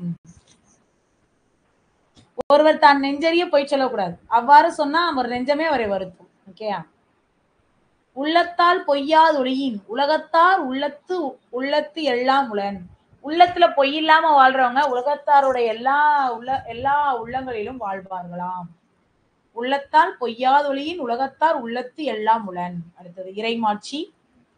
ஈட்டலும் இயற்றலும் ஈட்டலும் காத்தலும் காத்த வகுத்தலும் வல்லது அரசு. சிறந்த அரசுடைய பணி இயற்றல், பொருள் வரும் வழிகளை தெரிஞ்சுக்கணும். ஈட்டல், அந்த வழிகள்ல இருந்து பொருளை சேர்த்துடணும். காத்தல், சேர்த்த பொருளை பாதுகாக்கணும். பாதுகாத்து காத்த வகுத்தல், கரெக்டான வழியில மக்களுக்கு என்ன பண்ணணும், பயனுள்ள வகையில பொருட்களை திட்டமிட்டு செலவிடணும். இதுதான் சிறந்த அரசுடைய செயல். இயற்றலும் ஈட்டலும் காத்தலும் காத்த வகுத்தலும் வல்லது அரசு. திருக்குறளை தந்த திருவள்ளுவர் 2000 ஆண்டுகளுக்கு முற்பட்டவர் என்று கூறுகிறார். இவரை முதற்பாவலர், பொய்யிர் புலவர், சென்னா போதனார் என்ற சிறப்பு பெயர்களாலும் குறிப்பிடுறாங்க. என்னென்ன சொல்றாங்க? முதற்பாவலர், பொய்யிர் புலவர், சென்னா போதனார் என்ற சிறப்பு பெயர்களால் குறிப்பிடப்படுகிறார். திருக்குறள்ல திரு என்னும் அடைமொழியோடு வருகின்ற முதல் நூல் திருக்குறள் தான். ஓகேயா? தமிழ் நூல்கள்லயே திரு என்ற அடைமொழியில் வருகிற முதல் நூல் திருக்குறள். அறத்துப்பால், பொருள்பால், இன்பத்துப்பால் என்ற மூன்று பகுப்புகளை கொண்டது. அறம் 38, பொருள் 70, இன்பம் 25, மொத்தம் 1330 குறள்களை கொண்டது. அதிகாரம் 1333 அதிகாரங்கள். 133 அதிகாரங்கள். முப்பால் தெய்வ நூல், பொய்யாமொழி என சிறப்பிக்கப்படுகிறது. வாய்மை, தீங்கு தராத சொற்களை பேசுதல் வாய்மை எனப்படுவது. டேஸ் செல்வம் சான்றோர்களால் ஆராயப்படும். பொறாமை உள்ளவனுடைய செல்வம். பொருட்செல்வம், பொருள் கூட்டல் செல்வம். யாதெனில், யாது கூட்டல் எனில். தன்னெஞ்சு, தன்னெஞ்சு. தீது கூட்டல் உண்டோ, தீதுண்டோ, தீதுண்டோ.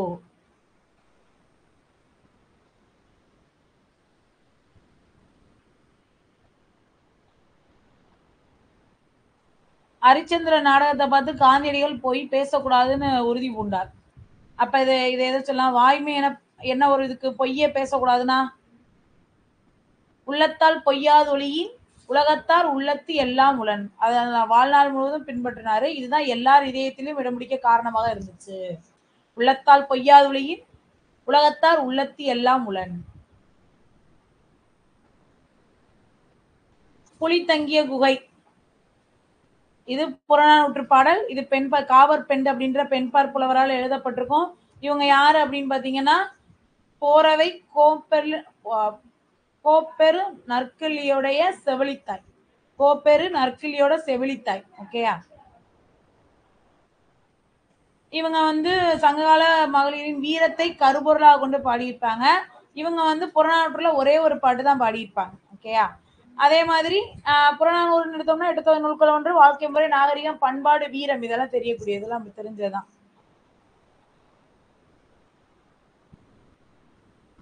எம் குடிலில் அழகிய துணை பற்றி நின்று என் மகன் எங்கே என்று வினாவும் பெண்ணே, அவன் இருக்கும் இடம் யான் அறியேன். புலி தங்கி சென்ற குகை போல அவனை பெற்ற வயிறு இங்குள்ளது. ஒருவேளை அவன் போர்க்களத்தில் இருக்கக்கூடும் அப்படின்னு சொல்லி அவனை பத்தி பெருமையா சொல்றாங்க. அந்த பெண் உன் பையன் எங்கன்னு கேக்குறாங்க. புலிய சம்பந்த வயிறு இங்க இருக்கு, அப்ப என் பையன் எங்க இருப்பான்? போர்க்களத்துல இருப்பான். அந்த லேடி தன்னோட மகனோட பெருமையை பேசுறதா இந்த பாட்டு அமைஞ்சிருக்கு. சிற்றில் சிறிய வீடு, கல் அலை கற்குகை, யாண்டு எங்கே, ஈன்ற வயிறு, பெற்றெடுத்த வயிறு.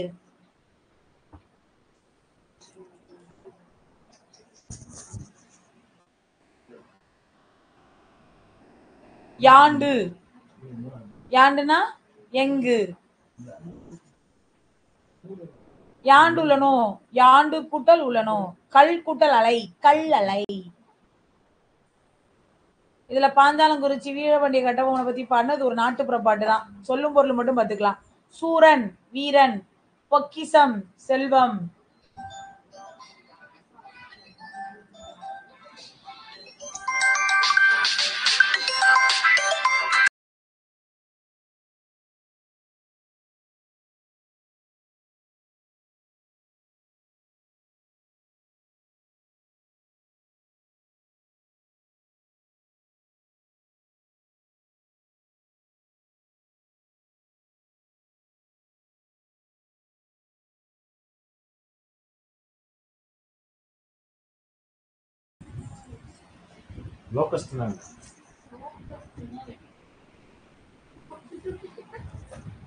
சாஸ்தி மிகுதி, விஸ்தாரம் பெரும்பரப்பு, வாரணம் வாரணம் ஆயிரம். பார்த்திருப்பீங்களா? வாரணம்னா யானை, பரி குதிரை, சிங்காரம் அழகு, கமுகு பாக்கு.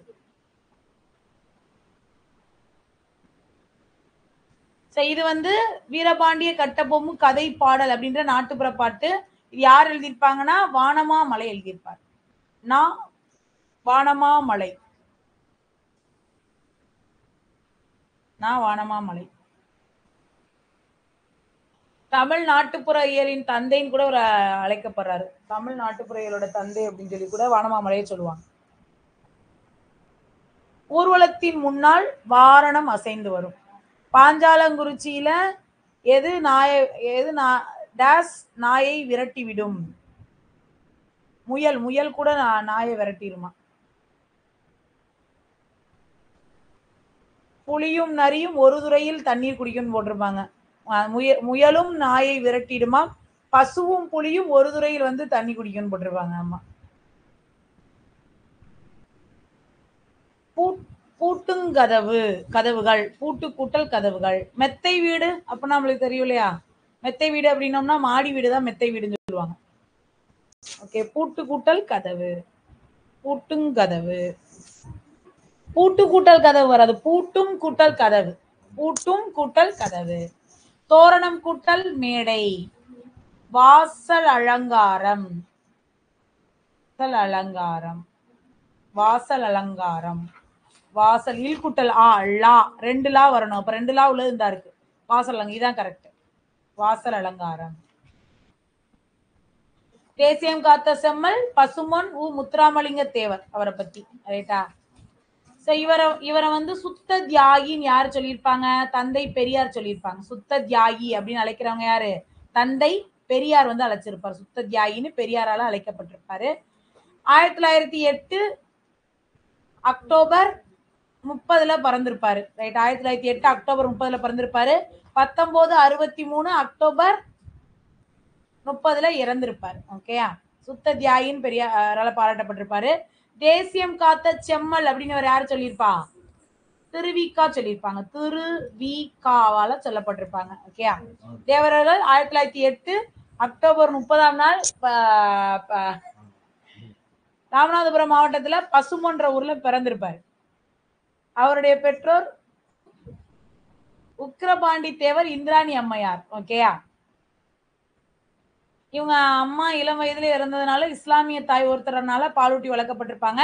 தன்னுடைய தொடக்க கல்வியை கமுதியிலையும் உயர்நிலை கல்வியை மதுரை பசுமலையிலையும் படிச்சிருப்பாங்க. ஓகேயா? ராமநாதபுரத்துல படிச்சுட்டு இருக்கும்போது பிளேக் நோய் பரவுனதுனால இவருடைய படிப்பு பாதியிலே நின்றும்.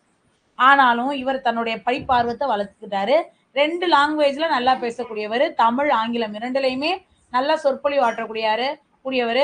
சிலம்பு, குதிரை ஏற்றம், துப்பாக்கி சுடுதல், ஜோதிடம், மருத்துவம் போன்ற பல துறைகள்ல ஆற்றல் உடையவராக இருந்திருப்பார்.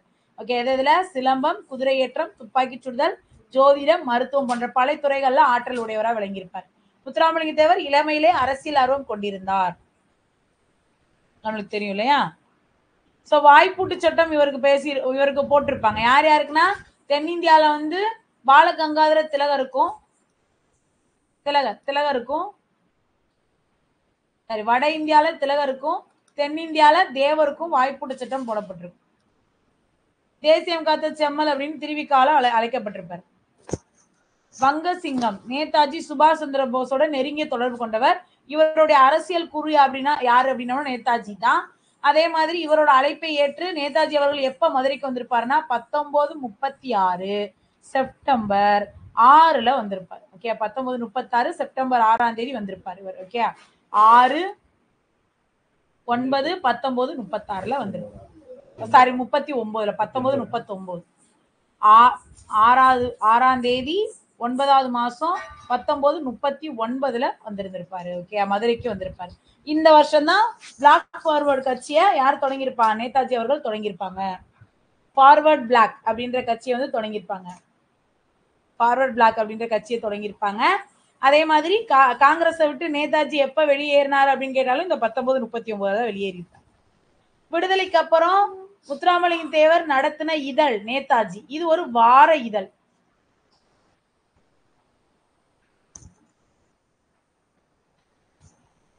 இவருடைய முதல் பேச்சு சாயல்குடி. அதுல என்ன பேசிருப்பாரு? 3 மணி நேரம் விவேகானந்தரின் பெருமைன்ற தலைப்புல பேசியிருப்பாரு. ஓகே.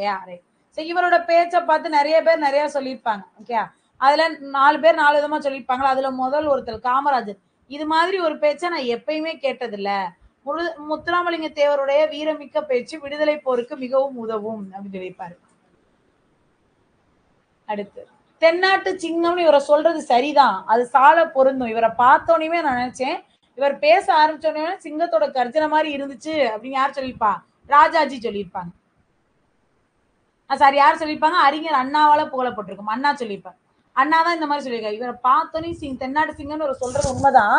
இவரை பார்த்தோன்னே அப்படித்தான் இருந்துச்சு. இவர் பேச ஆரம்பிச்சோன்னையும் சிங்கத்தோட கர்ஜனை மாதிரியே இருந்துச்சு அப்படின்னு அண்ணா சொல்லியிருப்பார். இவரோட பேச்சு வந்து உதட்டுல இருந்து வர்றது இல்ல, உள்ளத்துல இருந்து வர்றது. எதையும் பட்டென்று உன்னத உள்ளபடி சொல்லிடுவார். எதையும் மறைக்க மாட்டாருன்னு யாரு சொல்லியிருப்பார்? ராஜாஜி சொல்லியிருப்பார். மறைக்க மாட்டாரு, ராஜாஜி சொல்லியிருப்பார்.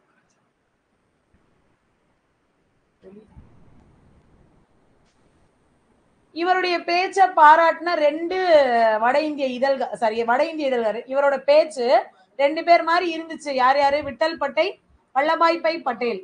ஓகே.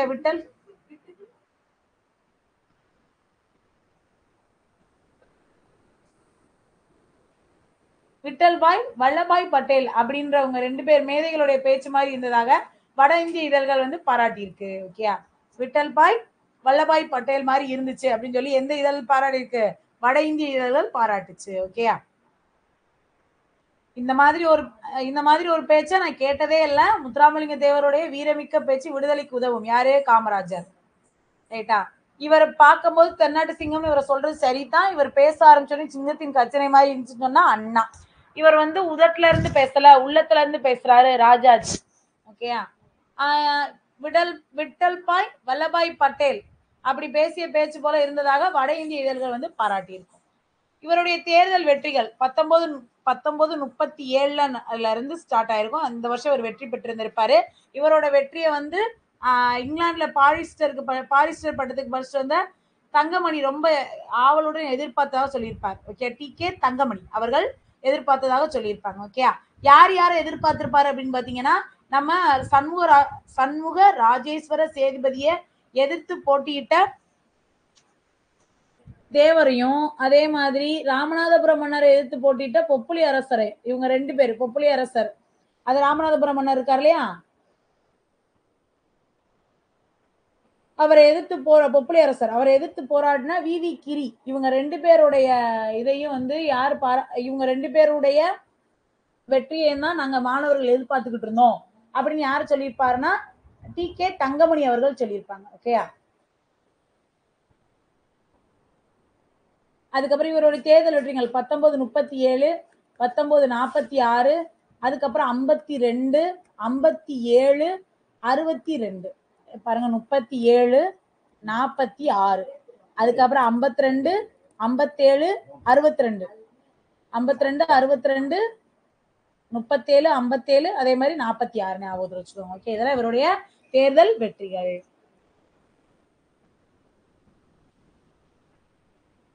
குற்றப்பரம்பரை சட்ட மாநாட்டை வந்து நடத்தியிருப்பாங்க. ஓகே, அது எங்க நடத்தியிருப்பாருன்னு பாத்தீங்கன்னா கமுதியில நடத்தியிருப்பாரு. குற்றப்பரம்பரை சட்ட எதிர்ப்பு மாநாடு எந்த வருஷம் 1934 நடத்தியிருப்பாரு. மே மாசம் 12, 13 தேதிகள்ல நடத்தப்பட்டுச்சு. இதன் விளைவாக குற்றப்பரம்பரை சட்டம் எப்ப நீக்கப்பட்டுச்சுன்னா 1948 நீக்கப்பட்டுச்சு. இதன் விளைவாக 1948 குற்றப்பரம்பரை சட்ட மாநாடு நிறைவேற்றப்பட்டுச்சு. ஓகே,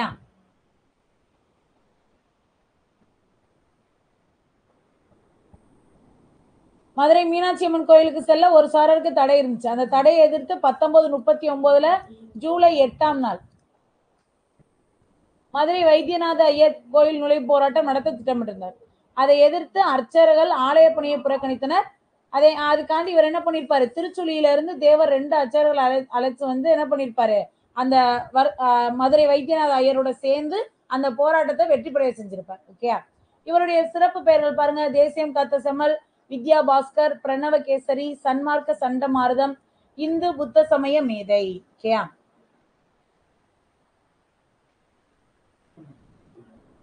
பசுமனில் உள்ள முத்துராமலிங்க தேவர் நிறுவனத்தில் அவர் தோன்றி மறைந்த அக்டோபர் 30ஆம் நாள் ஆண்டுதோறும் அவருக்கு விழா எடுக்கப்படுது. சட்டமன்றத்தில் அவருடைய திருவுருவ படம் இருக்கு. இது போக 1995 இவருக்கு தபால் தலை வெளியிட்டிருக்காங்க. நாடாளுமன்ற வளாகத்திலும் இவருக்கு சிலை அமைக்கப்படும். சென்னை அரசு சார்பாக சிலை அமைச்சிருக்காங்க. இது போக நாடாளுமன்ற வளாகத்திலும் இவருக்கு சிலை இருக்கு. ஜமீன் விவசாயிகள் சங்கம் அப்படின்றத ஏற்படுத்தி விவசாயிகள் துயர் தொடக்க பாடுபட்டிருப்பாரு. உழுபவருக்கே நிலம் அப்படின்னு சொல்லியிருப்பாரு. தமக்கு சொந்தமாக இருந்த 31 சிற்றூர் நிலங்களை வந்து என்ன பண்ணிருப்பாரு, பிரிச்சு கொடுத்திருப்பாரு. மொத்தம் 17 பாகமா பிரிச்சிருப்பாரு. அதுல 16 பாகத்தை எல்லாருக்கும் கொடுத்துட்டு ஒரு பாகத்தை மட்டும் அவர் வச்சிருந்திருப்பாரு. கமுதியில வியாபாரிகளுக்கான விவசாய உற்பத்தி பொருட்களை குறைந்த விலைக்கு வாங்கினதுனால பாரத மாதா கூட்டுறவு பண்டகசாலை ஏற்படுத்தி அவங்களுக்கு வந்து சரியான விலை கிடைக்க ஏற்பாடு செஞ்சிருப்பார். அதுக்கப்புறம் 1938 மதுரையில 23 தொழிலாளர் சங்கங்களுடைய தலைவரா இருந்திருப்பார். 38 ஜீவானந்தத்துடன் சேர்ந்து என்ன பண்ணிருப்பார் அப்படின்னு பாத்தீங்கன்னா 1938 நூற்பாலை நுழைவு போராட்டத்தை நடத்தியிருப்பார். ஓகே, இதுக்காண்டி 7 மாசம் சிறை தண்டனை அடைஞ்சிருப்பாரு. உழவர்களின் நலன் காக்க ராஜபாளையத்துல ஒரு பெரிய மாநாட்டை நடத்தியிருப்பார். 2 மாநாடு, கமுதியில குற்றப்பரம்பரை மாநாடு, ராஜபாளையத்துல உழவர் நலன் காக்க மாநாடு நடத்தியிருப்பாரு. பெண் தொழிலாளருக்கு மகப்பேறு காலத்தில் ஊதியத்துடன் கூடிய விடுப்பு வேணும்னு சொல்லியிருப்பார். இவர் என்னென்ன சிறையில இருந்திருக்காரு பாருங்க: அலிப்பூர், அமராவதி, தாமோ, கல்கத்தா, சென்னை, வேலூர். அலிப்பூர், அமராவதி, தாமோ, கல்கத்தா, சென்னை, வேலூர். இதுல வந்து இந்த தாமோ சிறையில தான் வந்து அவர் இரண்டாவது உலக போர் போது இருந்திருப்பாரு. இது எங்க இருக்குன்னா மத்திய பிரதேசத்துல இருக்கு இந்த சிறை, மத்திய பிரதேசம். பசுமன் முத்துராமலிங்க தேவர் இந்த மண்ணுலகில் வாழ்ந்த நாட்கள் 20,075 நாள் வாழ்ந்து, அதுல 4000 நாட்கள் வந்து என்ன பண்ணிருப்பாரு, சிறையிலே கழிச்சிருப்பார். தன் வாழ்நாள்ல 5ல் 1 பங்க சிறையிலே கழிச்சிட்டார். ஓகேயா. 36, 55 இந்த 2 வருஷம் 19, 36, 19, 55 இந்த 2 வருஷம் இவர் என்ன பண்ணிருப்பாருன்னா பர்மா போயிருப்பாரு. அங்க வந்து இந்த பெண்கள் வந்து கூந்தலை விரிச்சு மூத்தவங்களுக்கு வந்து மரியாதை செலுத்திருப்பாங்க. இவர் அதை வேண்டாம், இப்படி பண்ணீங்கன்னா நான் வரவே மாட்டேன்னு சொல்லியிருப்பாரு. எங்க ஊர்ல வந்து பெண்களை தெய்வம் மதிக்கிறோம் அப்படின்னு சொல்லி அதை ஏற்க மறுத்திருப்பாரு. இவரை பத்தி என்ன சொல்றாங்கன்னு பாருங்க. கடைசி வரைக்கும் திருமணமே செய்து கொள்ளல, தியாக வாழ்வு வாழ்ந்தார். விவேகானந்தரின் தூதராக, நேதாஜியின் தளபதியாக, சத்தியசீலராக, முருக பக்தராக, ஆன்மீக புத்திரராக, தமிழ் பாடும் சித்தராக, தென்பாண்டி சீமையின் முடிசூடா மன்னராக, நீதி வலுவா நேர்மையாளனாக, புலமையில் கபிலராக, வலிமையில் கர்ணனாக, கொடையில் கர்ணனா வலிமையில் கரிகாலனாக, கொடையில் கர்ணனாக, பக்தியில் பரமஹம்சராக, இந்திய தாயின் நன்மகனாக விளங்கினார் அப்படின்னு சொல்லியிருப்பாங்க. ஸோ எந்த வருஷம் இவர் இறந்திருப்பாரு? 1963 அக்டோபர் 30 இறந்திருப்பாரு.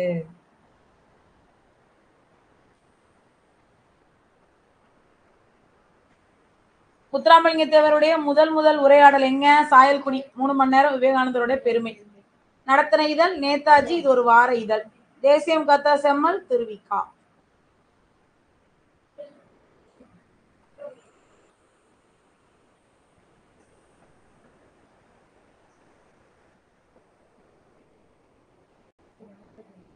அடுத்து இதுல வந்து என்னன்னு பாத்தீங்கன்னா கப்பலோட்டிய தமிழரை பத்தி சொல்லியிருப்பாங்க. இதுல ஒன்றும் பெருசா சொல்லியிருக்க மாட்டாங்க. எங்க எங்க பார்க்கலாம், சுதேச கப்பல் கம்பெனி நம்ம ஆல்ரெடி பார்த்தோமா 1906 அக்டோபர் 16 உருவாக்கப்பட்டிருக்கும் இந்த கம்பெனி இல்லையா. பாண்டித்துறையாருடைய ஹெல்ப் மூலியமா உருவாக்கி இருப்பாங்க. சுதந்திரம் எனது பிறப்புரிமை, அது அடைந்தே தீர்வன். யாரு? திலகர் சொல்லியிருப்பார். வந்தே மாதரம் என்போம், எங்கள் பாரத தாயை வணங்குதும் என்போம். யார் இது? பாரதி. சிதம்பரனாரின் பிரசங்கத்தையும் பாரதியின் பாட்டையும் கேட்டால் செத்த பிணம் உயிர் பெற்று எழும், புரட்சி ஓங்கும், அடிமைப்பட்ட நாடு 5 நிமிடங்களில் விடுதலை பெறும். இது யார் சொல்லிப்பா? சிதம்பரனாருக்கு இரட்டை வாழ்நாள் தண்டனை வழங்கிய நீதிபதி பிங்கேயுடைய கூற்று இது இல்லையா.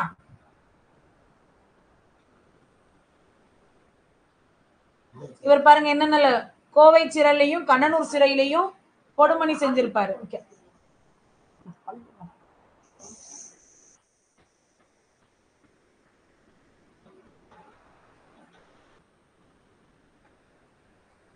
இதுல பாருங்க அவர் என்ன சொல்லிப்பாரு பாருங்க.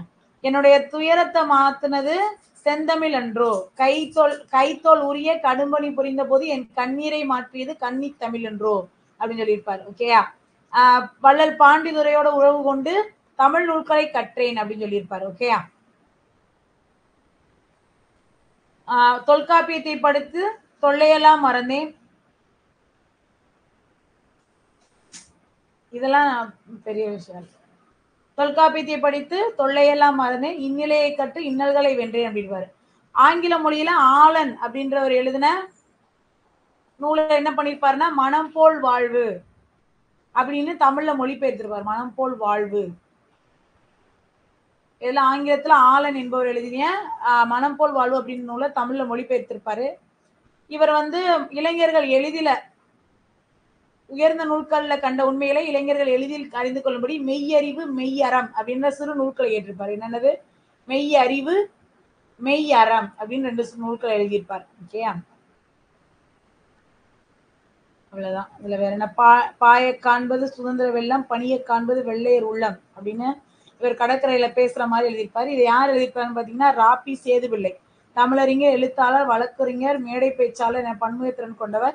இவரை சொல்லின் செல்வர் அப்படின்னு சொல்லியிருப்பாங்க. செயலுக்கே உரிய எதுகை முனையை உரைநடைக்குள்ள கொண்டுட்டு வந்தவர் யாரு அப்படின்னு பாத்தீங்கன்னா இவர் தான். ஓகே, ராபி சேதுபிள்ளை தான்.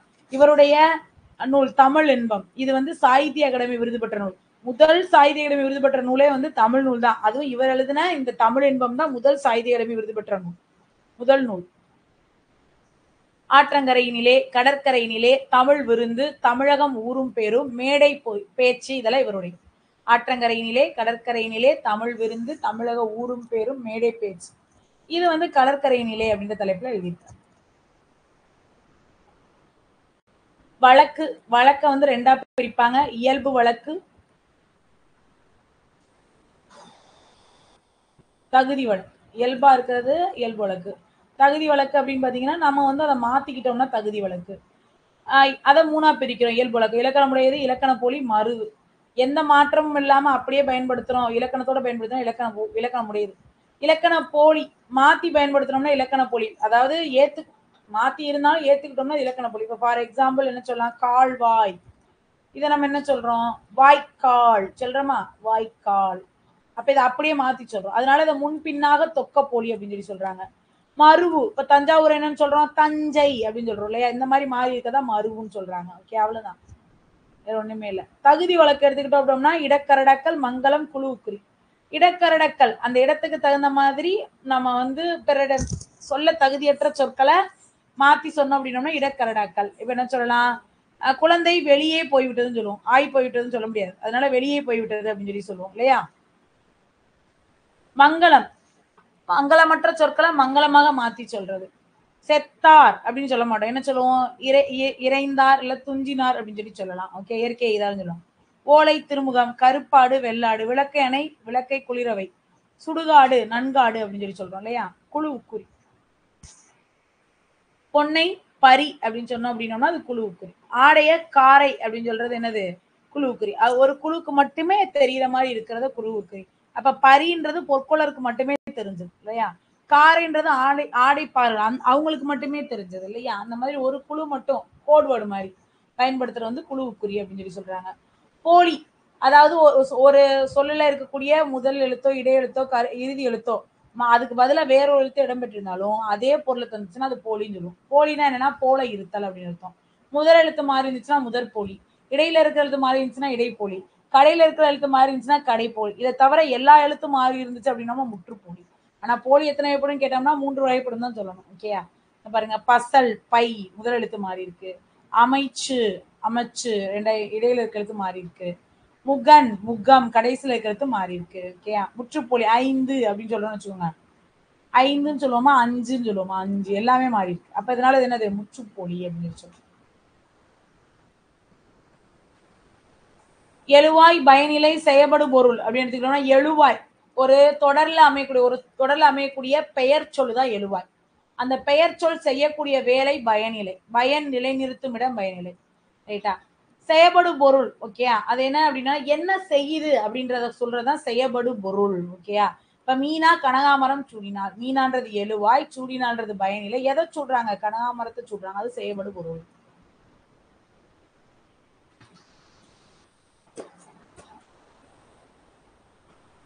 கதை பாடல், பலேட் இல்லையா. துணிவு, கரேஜ். தியாகம், சாக்ரிஃபைஸ். அரசியல் மேதை, பொலிட்டிக்கல் ஜீனியஸ். ஓகேயா. பேச்சாற்றல், பேஜா பேச்சாற்றல் என்ன சொல்வத, எலெக்ஷன் அப்படின்னு சொல்லுவோம் இல்லையா. ஒற்றுமை, யூனிட்டி. முழக்கம், ஸ்லோகன். சமத்துவம், ஈக்குவாலிட்டி.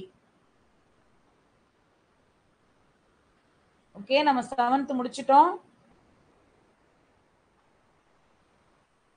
ஒரு பிரேக் விட்டுட்டு அடுத்த 4 மணிக்கு முடிச்சிடலாம். ஓகே, ஸோ அப்ப இன்னும் அரை மணி நேரம் தான் இருக்கு. ஒரு 10 நிமிஷம் பிரேக் விட்டுட்டு அப்படி தமிழே கன்டினியூ பண்ணுவோமா, இல்ல மேக்ஸ் பார்க்கலாமா?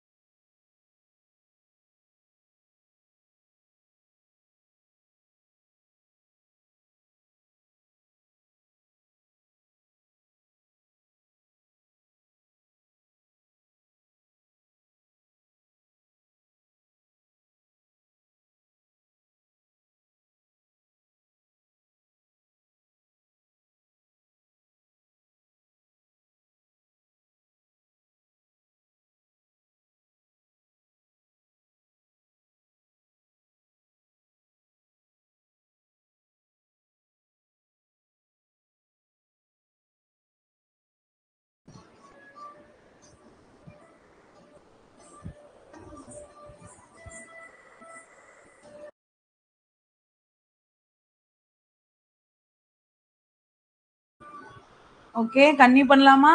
வாய்ஸ் கேக்குதா?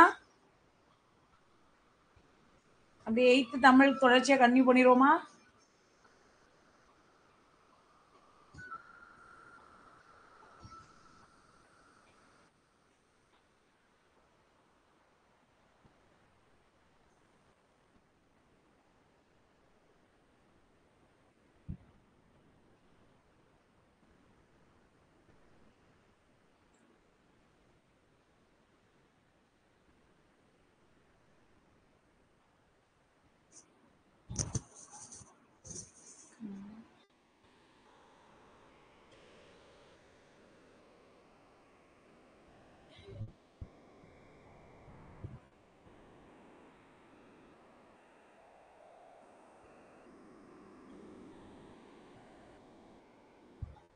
வாய்ஸ் கேக்குதா? என் வாய்ஸ் கேக்குதா?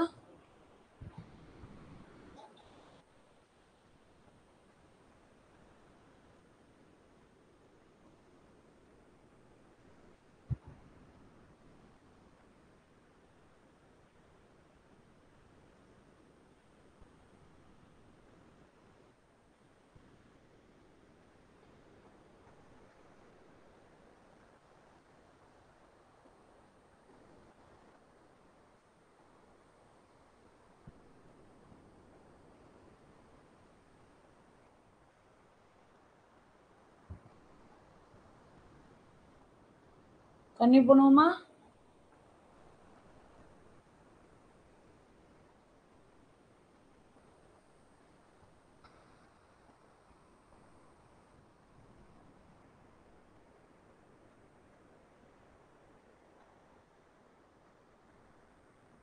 ஓகே, ஸ்டார்ட் பண்ணலாம்.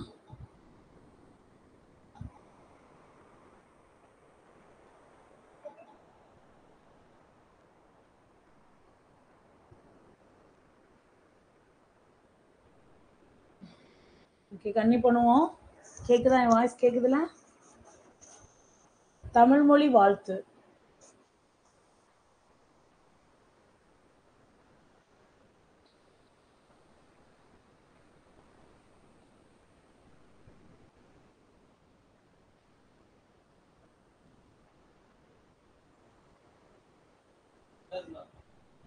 தமிழ் மொழி வாழ்த்து யாரு அப்படின்னு பாத்தீங்கன்னா பாரதியார்.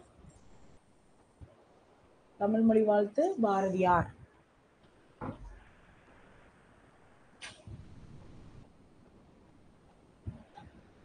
வாழ்க நிரந்தரம், வாழ்க தமிழ்மொழி, வாழிய வாழியவே. வானமளந்து அனைத்தும் அளந்திடு, வன்மொழி வாழியவே. ஏழ்கடல் வைப்பினும் தன்மனம் வீசி, இசைக்கொண்டு வாழியவே. எங்கள் தமிழ்மொழி, எங்கள் தமிழ்மொழி என்றென்றும் வாழியவே. வாழ்க நிரந்தரம், வாழ்க தமிழ்மொழி, வாழிய வாழ்ச்சி. வானமளைந்து அனைத்தும் மலர்ந்திடும், வன்மொழி வாழியவே. ஏழ்கடல் வைப்பினும் தன்மனம் வீசி,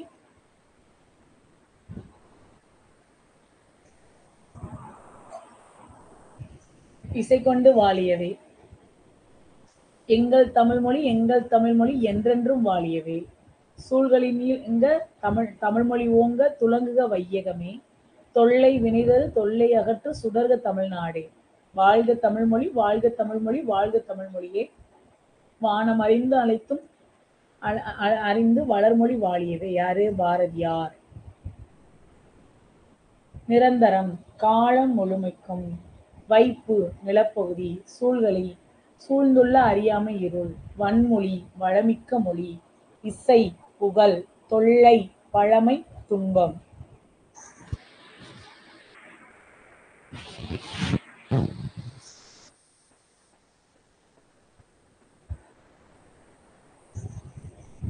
கவிஞர், எழுத்தாளர், பன்முக திறமை கொண்டவர். இதெல்லாம் நமக்கு தெரியலையா?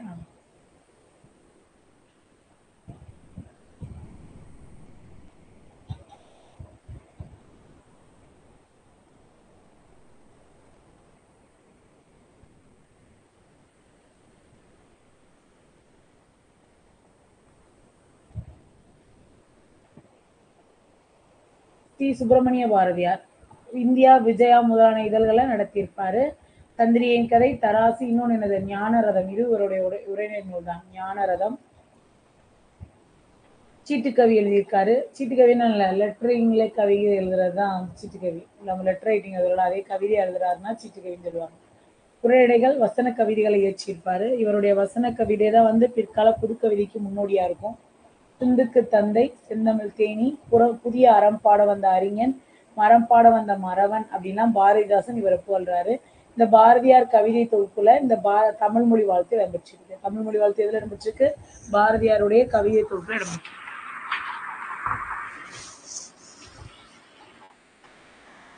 செந்தமிழே செங்கரும்பே செந்தமிழ் சீர்காக்கும் நந்தா விளக்கணிய நாயகியே, முந்தை மொழிக்கெல்லாம் மூத்தவளே மூவேந்தர் அன்பே எழில்மகவே, எந்தம் உயிரும் நீ மெய்யும் நீ ஓங்கும் அறமாய் பயிரும் நீ இன்பம் நீ அன்பு தருவும் நீ வீரம் நீ காதல் நீ ஈசன் அடிக்க நல் ஆரம் நீ யாவும் நீயே தூவரங்கன். செந்தமிழே செங்கரும்பே செந்தமிழ் சீர்காக்கும் நந்தா விளக்கணைய நாயகியே, முந்தை மொழிக்கெல்லாம் மூத்தவளே மூவேந்தர் அன்பே எழில்மகவே, எந்த உயிரும் நீ மெய்யும் நீ ஓங்கும் அறமாய் பயிரும் நீ இன்பம் நீ அன்பம் தருவும் நீ வீரம் நீ காதல் நீ ஈசன் அடிக்க நல் ஆரம் நீ யாவும் நீயே தூ அரங்கன். செந்தமிழ் அந்தாதி யாரு? தூ அரங்கன்.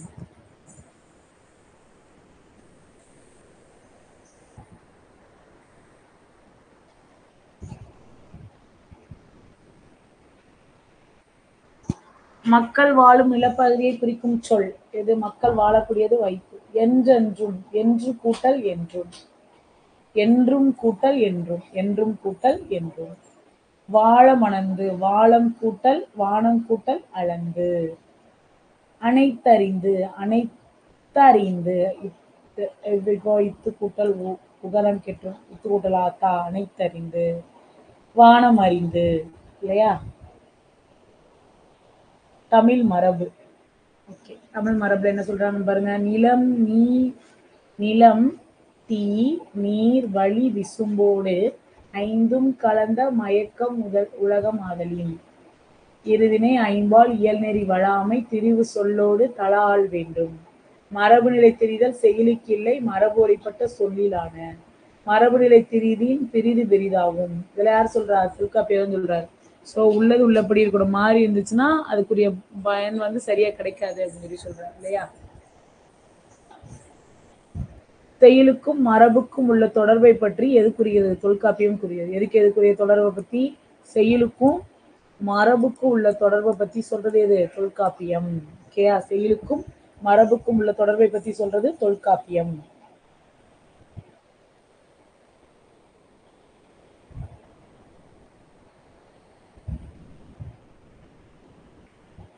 விசும்பு வானம், மயக்கம் களவை, இருதினை உயர்தினை அஃறிணை, வழாமை தவறாமை, மரபு வழக்கம், திரிதல் மாறுபடுதல், செய்யுள் பாட்டு, தலாஅல் தழுவுதல், தலாஅல் தழுவுதல். ஐம்பால் ஆண்பால் பெண்பால் பலர்பால் ஒன்றன்பால் பலவின்பால். விசும்பு வானம், மயக்கம் களவை, இருதினை உயர்தினை அஃறிணை, வழாமை தவறாமை, மரபு வழக்கம், திரிதல் மாறுபடுதல், செய்யுள் பாட்டு, தலாஅல் தழுவுதல்.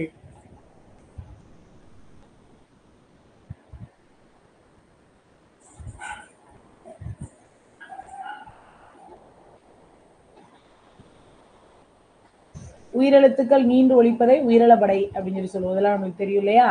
தொல்காப்பியத்தின் ஆசிரியர் தொல்காப்பியர் நம்மளுக்கு கிடைத்த மிக பழமையான இலக்கண நூல். அதே மாதிரி எழுத்து சொல் பொருள் அப்படின்னு 3க்கு அதிகாரம் கூறக்கூடியது. எழுத்து சொல் பொருள் அப்படின்னு 3 அதிகாரத்தை கூறக்கூடியது. 3 அதிகாரங்கள். இதோடைய தொல்காப்பியம் எத்தனை அதிகாரத்தை கொண்டது? 3 அதிகாரம் சொல்லுது. அப்போ 3 இலக்கண நூல் தான் இது. 5 இலக்கண நூல் கிடையாது தொல்காப்பியம். எழுத்து சொல் பொருள் 3 இலக்கணத்திலேயே 5க்குரிய பொருளை கொடுக்கக்கூடியது எதுன்னு கேட்டீங்கன்னா அது தொல்காப்பியம். ஒரு அதிகாரத்துக்கு 9 இயல்கள் வீதம். 9 இப்ப எத்தனை இயல்களை கொண்டது? 27 இயல்களை கொண்டது. ரைட்டா? இங்க மரபியல். இந்த மரபியல் எந்த அதிகாரத்துல இருக்குன்னா பொருள் அதிகாரத்துல இருக்கு. மரபியல் வந்து பொருள் அதிகாரத்துல இருக்கு. ஓகேயா? அதுல இருக்கிற பாட்டு தான் நம்ம கொடுத்துருக்கதா சொல்லியிருக்காங்க. புலி இளமை பெயர். புலி பரல் சேர்த்து படிச்சுக்கலாம். புலி பரல், திங்கக்குருளை, யானை கன்று, பசு கன்று, ஆட்டுக்குட்டி அப்படி படிங்க. ரைட்டா? புலி பரல், சிங்கக்குருளை, யானை கன்று, பசு கன்று, ஆட்டுக்குட்டி. ஓகேயா?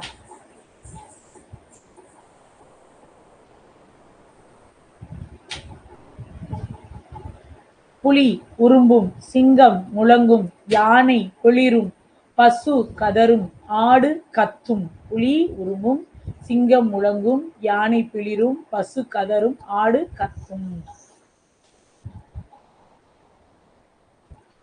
பறவைகள் டேஸ் பறந்து செல்கின்றன.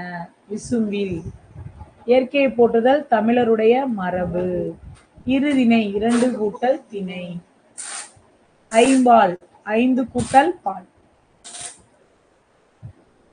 தமிழின் வரிவடிவ வளர்ச்சி.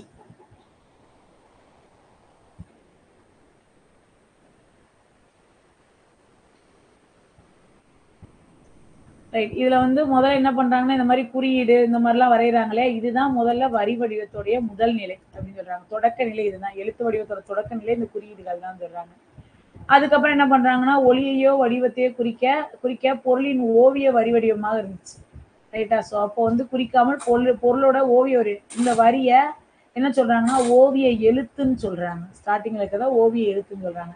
எழுத்து என்பதற்கு ஓவியம் என்ற பொருளை சொல்லக்கூடிய 2 நூல்கள், பரிபாடலும் குறுந்தொகையும். எழுத்து என்பதற்கு ஓவியம் அப்படின்னு பொருள் சொல்லக்கூடிய 2 நூல்கள், பரிபாடலும் குறுந்தொகையும். புது புக்ல இல்ல, பழைய புக் டேட்டா ஞாபகம் வச்சுக்கோங்க. எழுத்து என்பதற்கு 2 இது சொல்றது, இது பரிபாடலும் குறுந்தொகையும் தான் சொல்லும். ஓகே.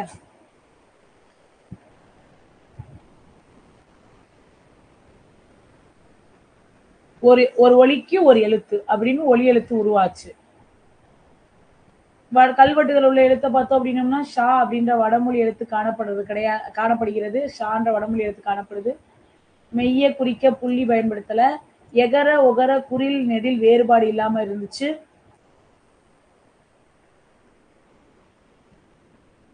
அதே மாதிரி அச்சுக்கலை தோன்றியதுக்கு அப்புறம் தான் நிலையான எழுத்து வடிவத்தை பெற்றோம். தமிழ் எழுத்துக்களுடைய பழைய வரி வடிவங்களை நம்ம கருங்கல் சுவர்களையும் செப்பேடுகளையும் காணலாம். கல்வெட்டுகள் நம்மளுக்கு எந்த வருஷத்துல இருந்து கிடைக்குதுன்னா பொது ஆண்டுக்கு முன் 3ஆம் நூற்றாண்டுல இருந்து அதே மாதிரி செப்பேடு எப்ப கிடைக்குதுன்னா பொது ஆண்டு 7ஆம் நூற்றாண்டுல கிடைக்குது. பொது ஆண்டு 7ஆம் நூற்றாண்டு. பொது ஆண்டுக்கு முன்பு 3ஆம் நூற்றாண்டுல இருந்து கல்வெட்டு கிடைக்குது. பொது ஆண்டு 7ஆம் நூற்றாண்டுல இருந்து செப்பேடு கிடைக்குது. கல்வெட்டு செப்பேடுகள் இது ரெண்டுலயுமே என்ன எழுத்து காணப்படுதுன்னா வட்டெழுத்தும் தமிழ் எழுத்தும் காணப்படுது. வட்டெழுத்துக்கள் அப்படின்னோம்னா வளைந்து கோடுகளால் ஆன பழைய தமிழ் எழுத்த வட்டெழுத்துன்னு சொல்றோம். தமிழ் எழுத்து இக்காலத்தில் எழுதப்படக்கூடிய எழுத்து. சேர மண்டலம், பாண்டிய மண்டலம் இந்த பகுதியில 8ஆம் நூற்றாண்டுல இருந்து 11ஆம் நூற்றாண்டு வரைக்கும் வட்டெழுத்துக்கள் தான் கிடைக்குது. இதுல இருந்து 8 to 11 வரைக்கும் வட்டெழுத்து தான். 11ஆம் நூற்றாண்டுக்கு அப்புறம் ஓகேயா, யாரு முதலாம் ராஜராஜ சோழனுடைய ஆட்சி காலத்துக்கு பிறகுதான் கல்வெட்டுகள்ல பழைய தமிழ் எழுத்துக்கள் காணப்படுகின்றன. பிறகு கிடைக்கும் கல்வெட்டுகள்ல பழைய தமிழ் எழுத்துக்கள் காணப்படுகின்றன. கடைச்சங்க காலத்துல தமிழகத்தில் எழுதப்பட்ட எழுத்துக்களை என்னன்னு சொல்றாங்கன்னா கண்ணெழுத்து. கடைச்சங்க காலத்துல தமிழகத்தில் எழுதப்பட்ட எழுத்துக்கள் கண்ணெழுத்து. கண்ணெழுத்து என்ன சொல்றாங்க? கண்ணெழுத்து படுத்த எண் பல் பொதி அப்படின்னு சொல்லுது? சிலப்பதிகாரம் சொல்லுது. கண்ணெழுத்து படுத்த எண் பல் பொதி அப்படின்னு எது சொல்லுது? சிலப்பதிகாரம் நமக்கு சொல்லுது. சிலப்பதிகாரம் சொல்லுது. ஓகேயா?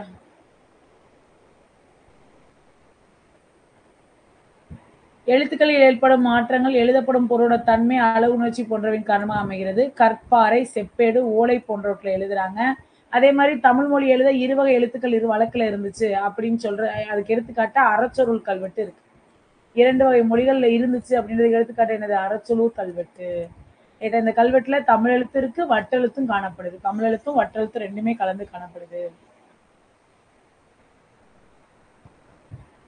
ஓலைகள்ல நேர்கோடுகளையும் புள்ளிகளையும் எழுதுறது கடினம் என்பதால் வளைகோடுகளை அதிகமா பயன்படுத்தியிருக்காங்க. சில எழுத்துக்களை அழகுபடுத்திருக்காங்க. அவற்றின் மேற்பகுதியில குறுக்கு கோடு இடப்பட்டிருக்கு. ஓகேயா? இதுல எகர ஒகர வேறுபாடுகள். இப்ப எகர சவுண்டு, ஒகர இதுக்கு மேல புள்ளி இட்டு, இப்ப ஏ இருந்துச்சு, ஏக்கு மேல புள்ளி இட்டோம் அப்படின்னோம்னா ஏஎண்ணா அப்படின்னு நம்ம எடுத்துக்கிட்டோம் இல்லையா? அதே மாதிரி ஓக்கு அப்புறம் புள்ளி இட்டோம் அப்படின்னோம்னா ஓவண்ணா. இந்த புள்ளிகளால் ஏற்படக்கூடிய அந்த குறைபாடை அடுத்தடுத்ததுல என்ன பண்ணாங்க அப்படின்னோம்னா குறைக்க முற்பட்டாங்க. அதுல முக்கியமானவர் யாருன்னு பாத்தீங்கன்னா வீரமாமுனிவர் இல்லையா? இப்ப காக்கு பக்கத்துல புள்ளி இருந்துச்சுன்னா காவண்ணா, தாக்கு பக்கத்துல புள்ளி இருந்துச்சுன்னா தா. 2 புள்ளி வச்சு முன்னாடி புள்ளி வச்சோம்னா கை. 2 புள்ளி இருந்துச்சு அப்படின்னோம்னா கை. இப்ப இதுக்கப்புறம் 2 புள்ளி இருந்துச்சு அப்படின்னோம்னா கவ். ஓகேயா? இத துணைக்கால், இத கொம்புக்கால் அப்படிலாம் சொல்லுவாங்க இல்லையா? இது வந்து துணைக்கால், இது கொம்புக்கால், இது வந்து இணை கொம்பு அப்படின்னு சொல்லி சொல்லுவோம். இந்த இதெல்லாம் நம்ம பயன்படுத்த ஆரம்பிச்சோம். ஓகேயா? குற்றிய லுகர லிகர எழுத்துக்களுக்கு மேல புள்ளி எடுக்க வழக்கமும் இந்த காலத்துல இல்லாம போயிடுச்சு. அதுக்கு மேலலாம் நம்ம புள்ளி இடுறது கிடையாது. ஓகே. தமிழ் எழுத்துக்கள்ல மிக பெரும் சீர்திருத்தம் செய்தவர் யாருன்னு பாத்தீங்கன்னா வீரமாமுனிவர். இத்தாலி நாட்டை சேர்ந்தவர். நமக்கு தெரியலையா? எகர உகர வரிசையில் கூடிய புள்ளிகளால் ஏற்படக்கூடிய குழப்பத்தை வந்து இவர் தான் கலைஞ்சார். இவர் தான் ஏக்கு பதிலா ஏன்னு எழுதினார். ஓகேயா? ஓக்கு பதிலா ஓ அண்ணா அப்படின்னு கொண்டுட்டு வந்தவர் இவர் தான். ஓகேயா?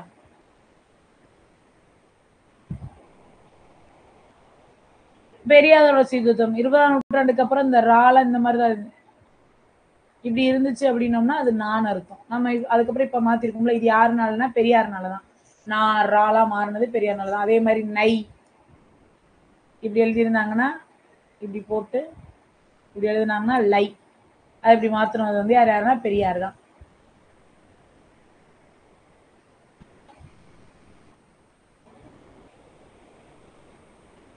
தமிழ் எழுத்துக்கள் நிலையான வடிவத்தை பெற காரணமா இருக்கிறது என்னன்னு பாத்தீங்கன்னா அச்சுக்கலை தான். நிலையான வடிவத்தை பெற காரணமா இருக்கிறது அச்சுக்கலை. வளைந்த கோடுகளால் அமைந்த மிகப்பெரிய தமிழ் எழுத்து நம்ம என்னன்னு சொல்றோம்? வட்டெழுத்து அப்படின்னு சொல்லி சொல்றோம். தமிழ் எழுத்துக்களில் சீர்திருத்த பணியில் ஈடுபட்டவர் யாரு? தெரியும். இதுல தந்தை பெரியார், வீரமாமுனிவரும் தந்தை பெரியார் 2 பேருமே வருவாங்க இல்லையா? கடைச்சங்க காலத்தில் எழுதப்பட்ட தமிழ் எழுத்துக்களை நம்ம என்னன்னு சொல்றோம்? கடைச்சங்க காலத்தில் எழுதப்பட்ட தமிழ் எழுத்துக்கள்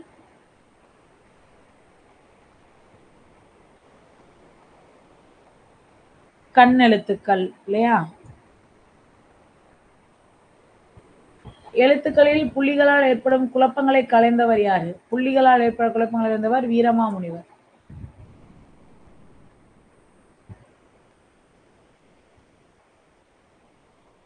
சொற்பூங்கா.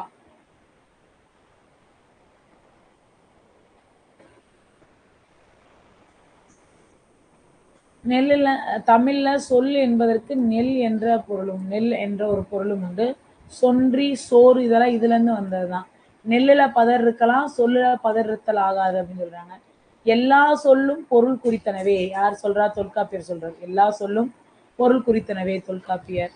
மொழி என்பதற்கு சொல் என்ற பொருளும் உண்டு. இதெல்லாம் தெரியுமா? மொழியை ஓரெழுத்து மொழி, ஈரெழுத்து மொழி, 2க்கும் மேற்பட்ட எழுத்துக்களுடைய மொழி அப்படின்னு 3 வகையா பிரிக்கிறாங்க. ஓரெழுத்து ஒரு மொழி அப்படின்னா நெட்டெழுத்துக்கள் 7ம் ஓரெழுத்து ஒரு மொழி அப்படின்னு தொல்காப்பியர் சொல்லியிருப்பார். குற்றெழுத்து 5 மொழி நிரபு இலவே. குற்றெழுத்துக்கள் வந்து என்ன ஆகாது? ஓரெழுத்து ஒரு மொழி ஆகாதுன்னு சொல்லியிருப்பாரு. ரைட்? அதனால நம்மளுக்கு இது நிறைய குழப்பம் ஏற்படும். அதனால நம்ம இதை ஃபாலோ பண்ணாம நம்ம என்ன பண்ணுவோம்? பவானந்தி முனிவர் சொன்ன அந்த 42 ஓரெழுத்து ஒரு மொழியை நம்ம பயன்படுத்தும். ஓகேயா? ஓரெழுத்து ஒரு மொழிகள் என்ன இருக்குன்றது அப்படியே பாருங்க வரிசையா.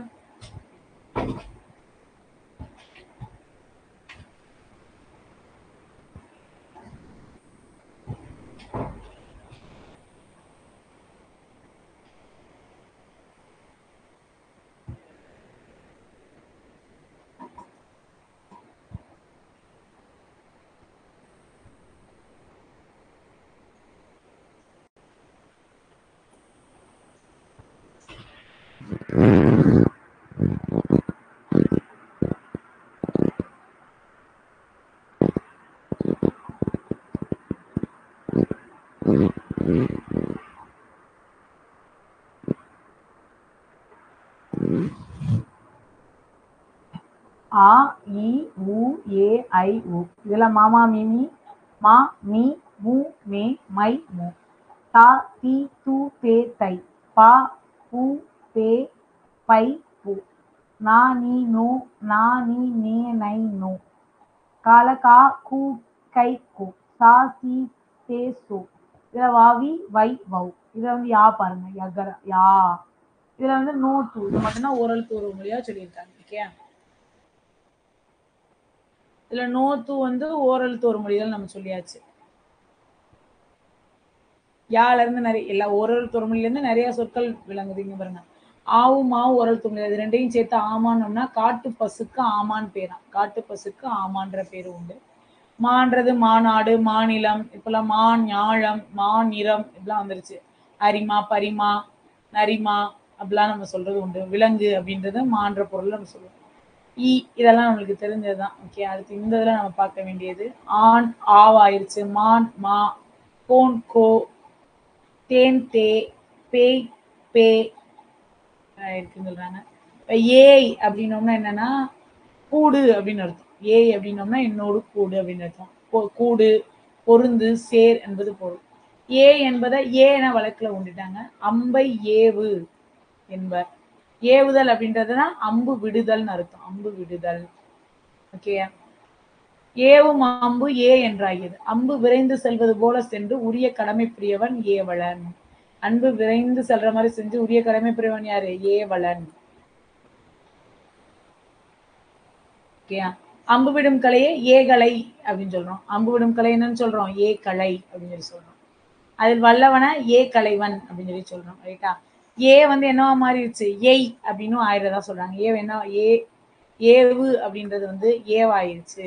அதுவே என்ன ஆயிடுச்சு? ஏய் அப்படின்னு ஆனதாகவும் சொல்றாங்க. ஏவுகின்ற அம்பை போல் கூர்மையுடைய முள்ளம் பன்றியின் பெயரை தான் எய்ப்பன்றி அப்படின்னு சொல்றாங்க. எய்ப்பன்றி அப்படின்னு அர்த்தம். ஏவுகின்ற அம்பை போல் கூர்மையுள்ள முல்லை உடைய முள்ளம்பன்றி அப்படின்னு சொல்லி சொல்றோம். ரைட்டா? அம்பை எய்பவரை எய்னர், அதாவது ஏவுல இருந்து ஏய் மாறினதுக்கு சொல்றாங்க. ஏவுல இருந்து மாறின எய்னர். அவர்தம் மகளிர், அவங்களோட ஒய்ஃப் வந்து என்ன சொல்றாங்க? அவர்தம் மகளிர் எய்னர் அப்படின்னு சொல்லி சொல்றாங்க. ஓகே, சங்கப்புலவர்கள்ல எய்னாரும் உண்டு அப்படின்னு சொல்றாங்க. இதெல்லாம் யார் சொல்றா? செந்தமிழ் அந்தனர் ரா இளங்குமரனார். இதை நம்மளுக்கு புக்ல சொன்னாங்க. செந்தமிழ் அந்தனர் ரா இளங்குமரனார். என்ன தலைப்புல நம்ம பார்த்தது எல்லாத்தையும்? சொற்பூங்கா அப்படிங்கிற தலைப்புல பார்த்தோம் இல்லையா?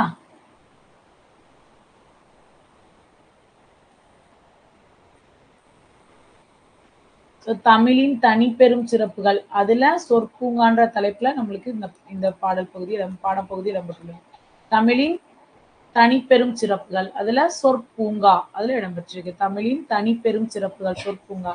செந்தமிழ் அந்தனர் அழைக்கப்படுறவர் யாரு? ரா இளங்குமரனார். நூலாசிரியர், இதழாசிரியர், உரையாசிரியர், தொகுப்பாசிரியர் என பன்முகத்திறன் பெற்றவர். இலக்கண வரலாறு, தமிழிசை இயக்கம், தனித்தமிழ் இயக்கம் உள்ளிட்ட பல நூல்கள் எழுதியுள்ளார். என்னென்னது? இலக்கண வரலாறு,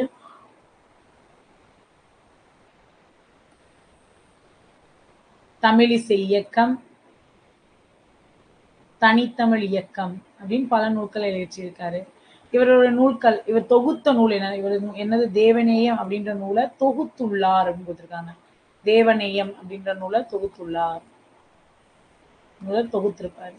திருச்சிக்கு அருகில அல்லூர் திருவள்ளுவர் தவச்சாலையையும் பாவனர் நூலகத்தையும், திருச்சிக்கு இருக்கக்கூடிய அல்லூர்ல திருவள்ளுவர் தவச்சாலையும் பாவனர் நூலகத்தையும் அமைச்சிருப்பாரு. ஓகேயா? இவரை பத்தி அவ்வளவுதான்.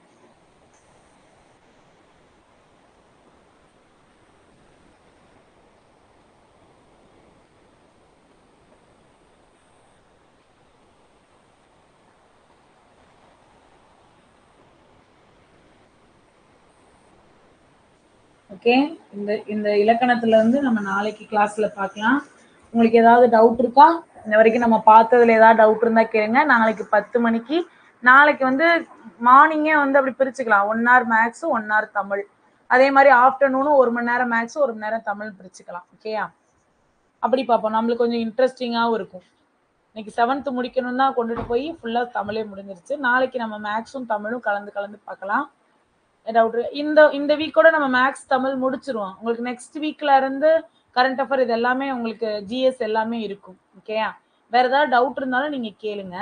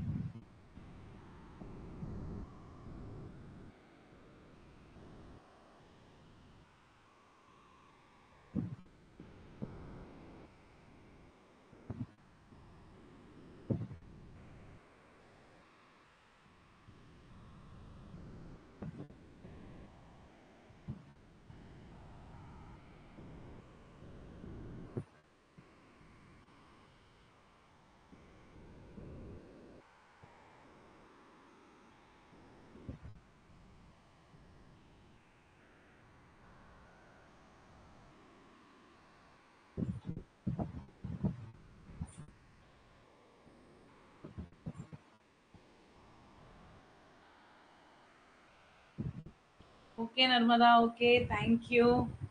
ஓகே. ஸோ நாளைக்கு பேலன்ஸ் இருக்கிறத நம்ம நாளைக்கு பார்க்கலாம். இந்த வீக் கூட நம்ம தமிழ், மேத்ஸ் ரிவிஷன் ஃபுல்லா முடிச்சுருவோம். நீங்களும் தொடர்ச்சியா படிங்க. இப்ப 4 மணிக்கு மேல கொஞ்ச நேரம் ரெஸ்ட் எடுத்துட்டு, ஜிஎஸ் அப்படியே ஒன் லைனரா ரீட் பண்ணுங்க. ஓகேயா? ஸோ போதும் நீங்க இந்த மாரி பொறுமையா டிஸ்கஸ் பண்ணீங்கனாலே நல்ல மார்க்ஸ் ஸ்கோர் பண்ணலாம். ஓகேயா?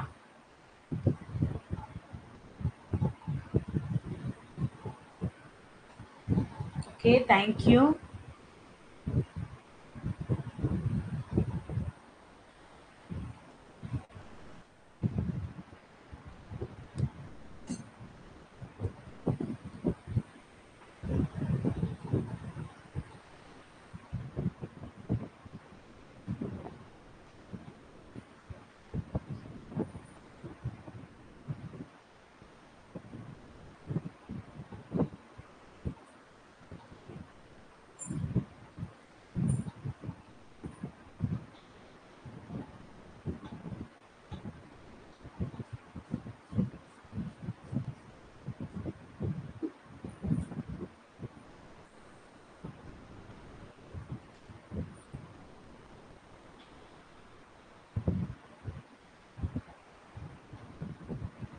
Thank you. நாளைக்கு பார்க்கலாம்.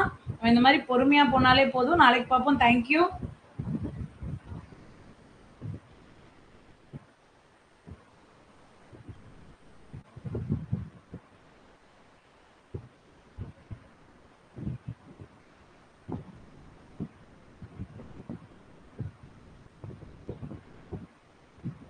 Thank you Veena. Thank you.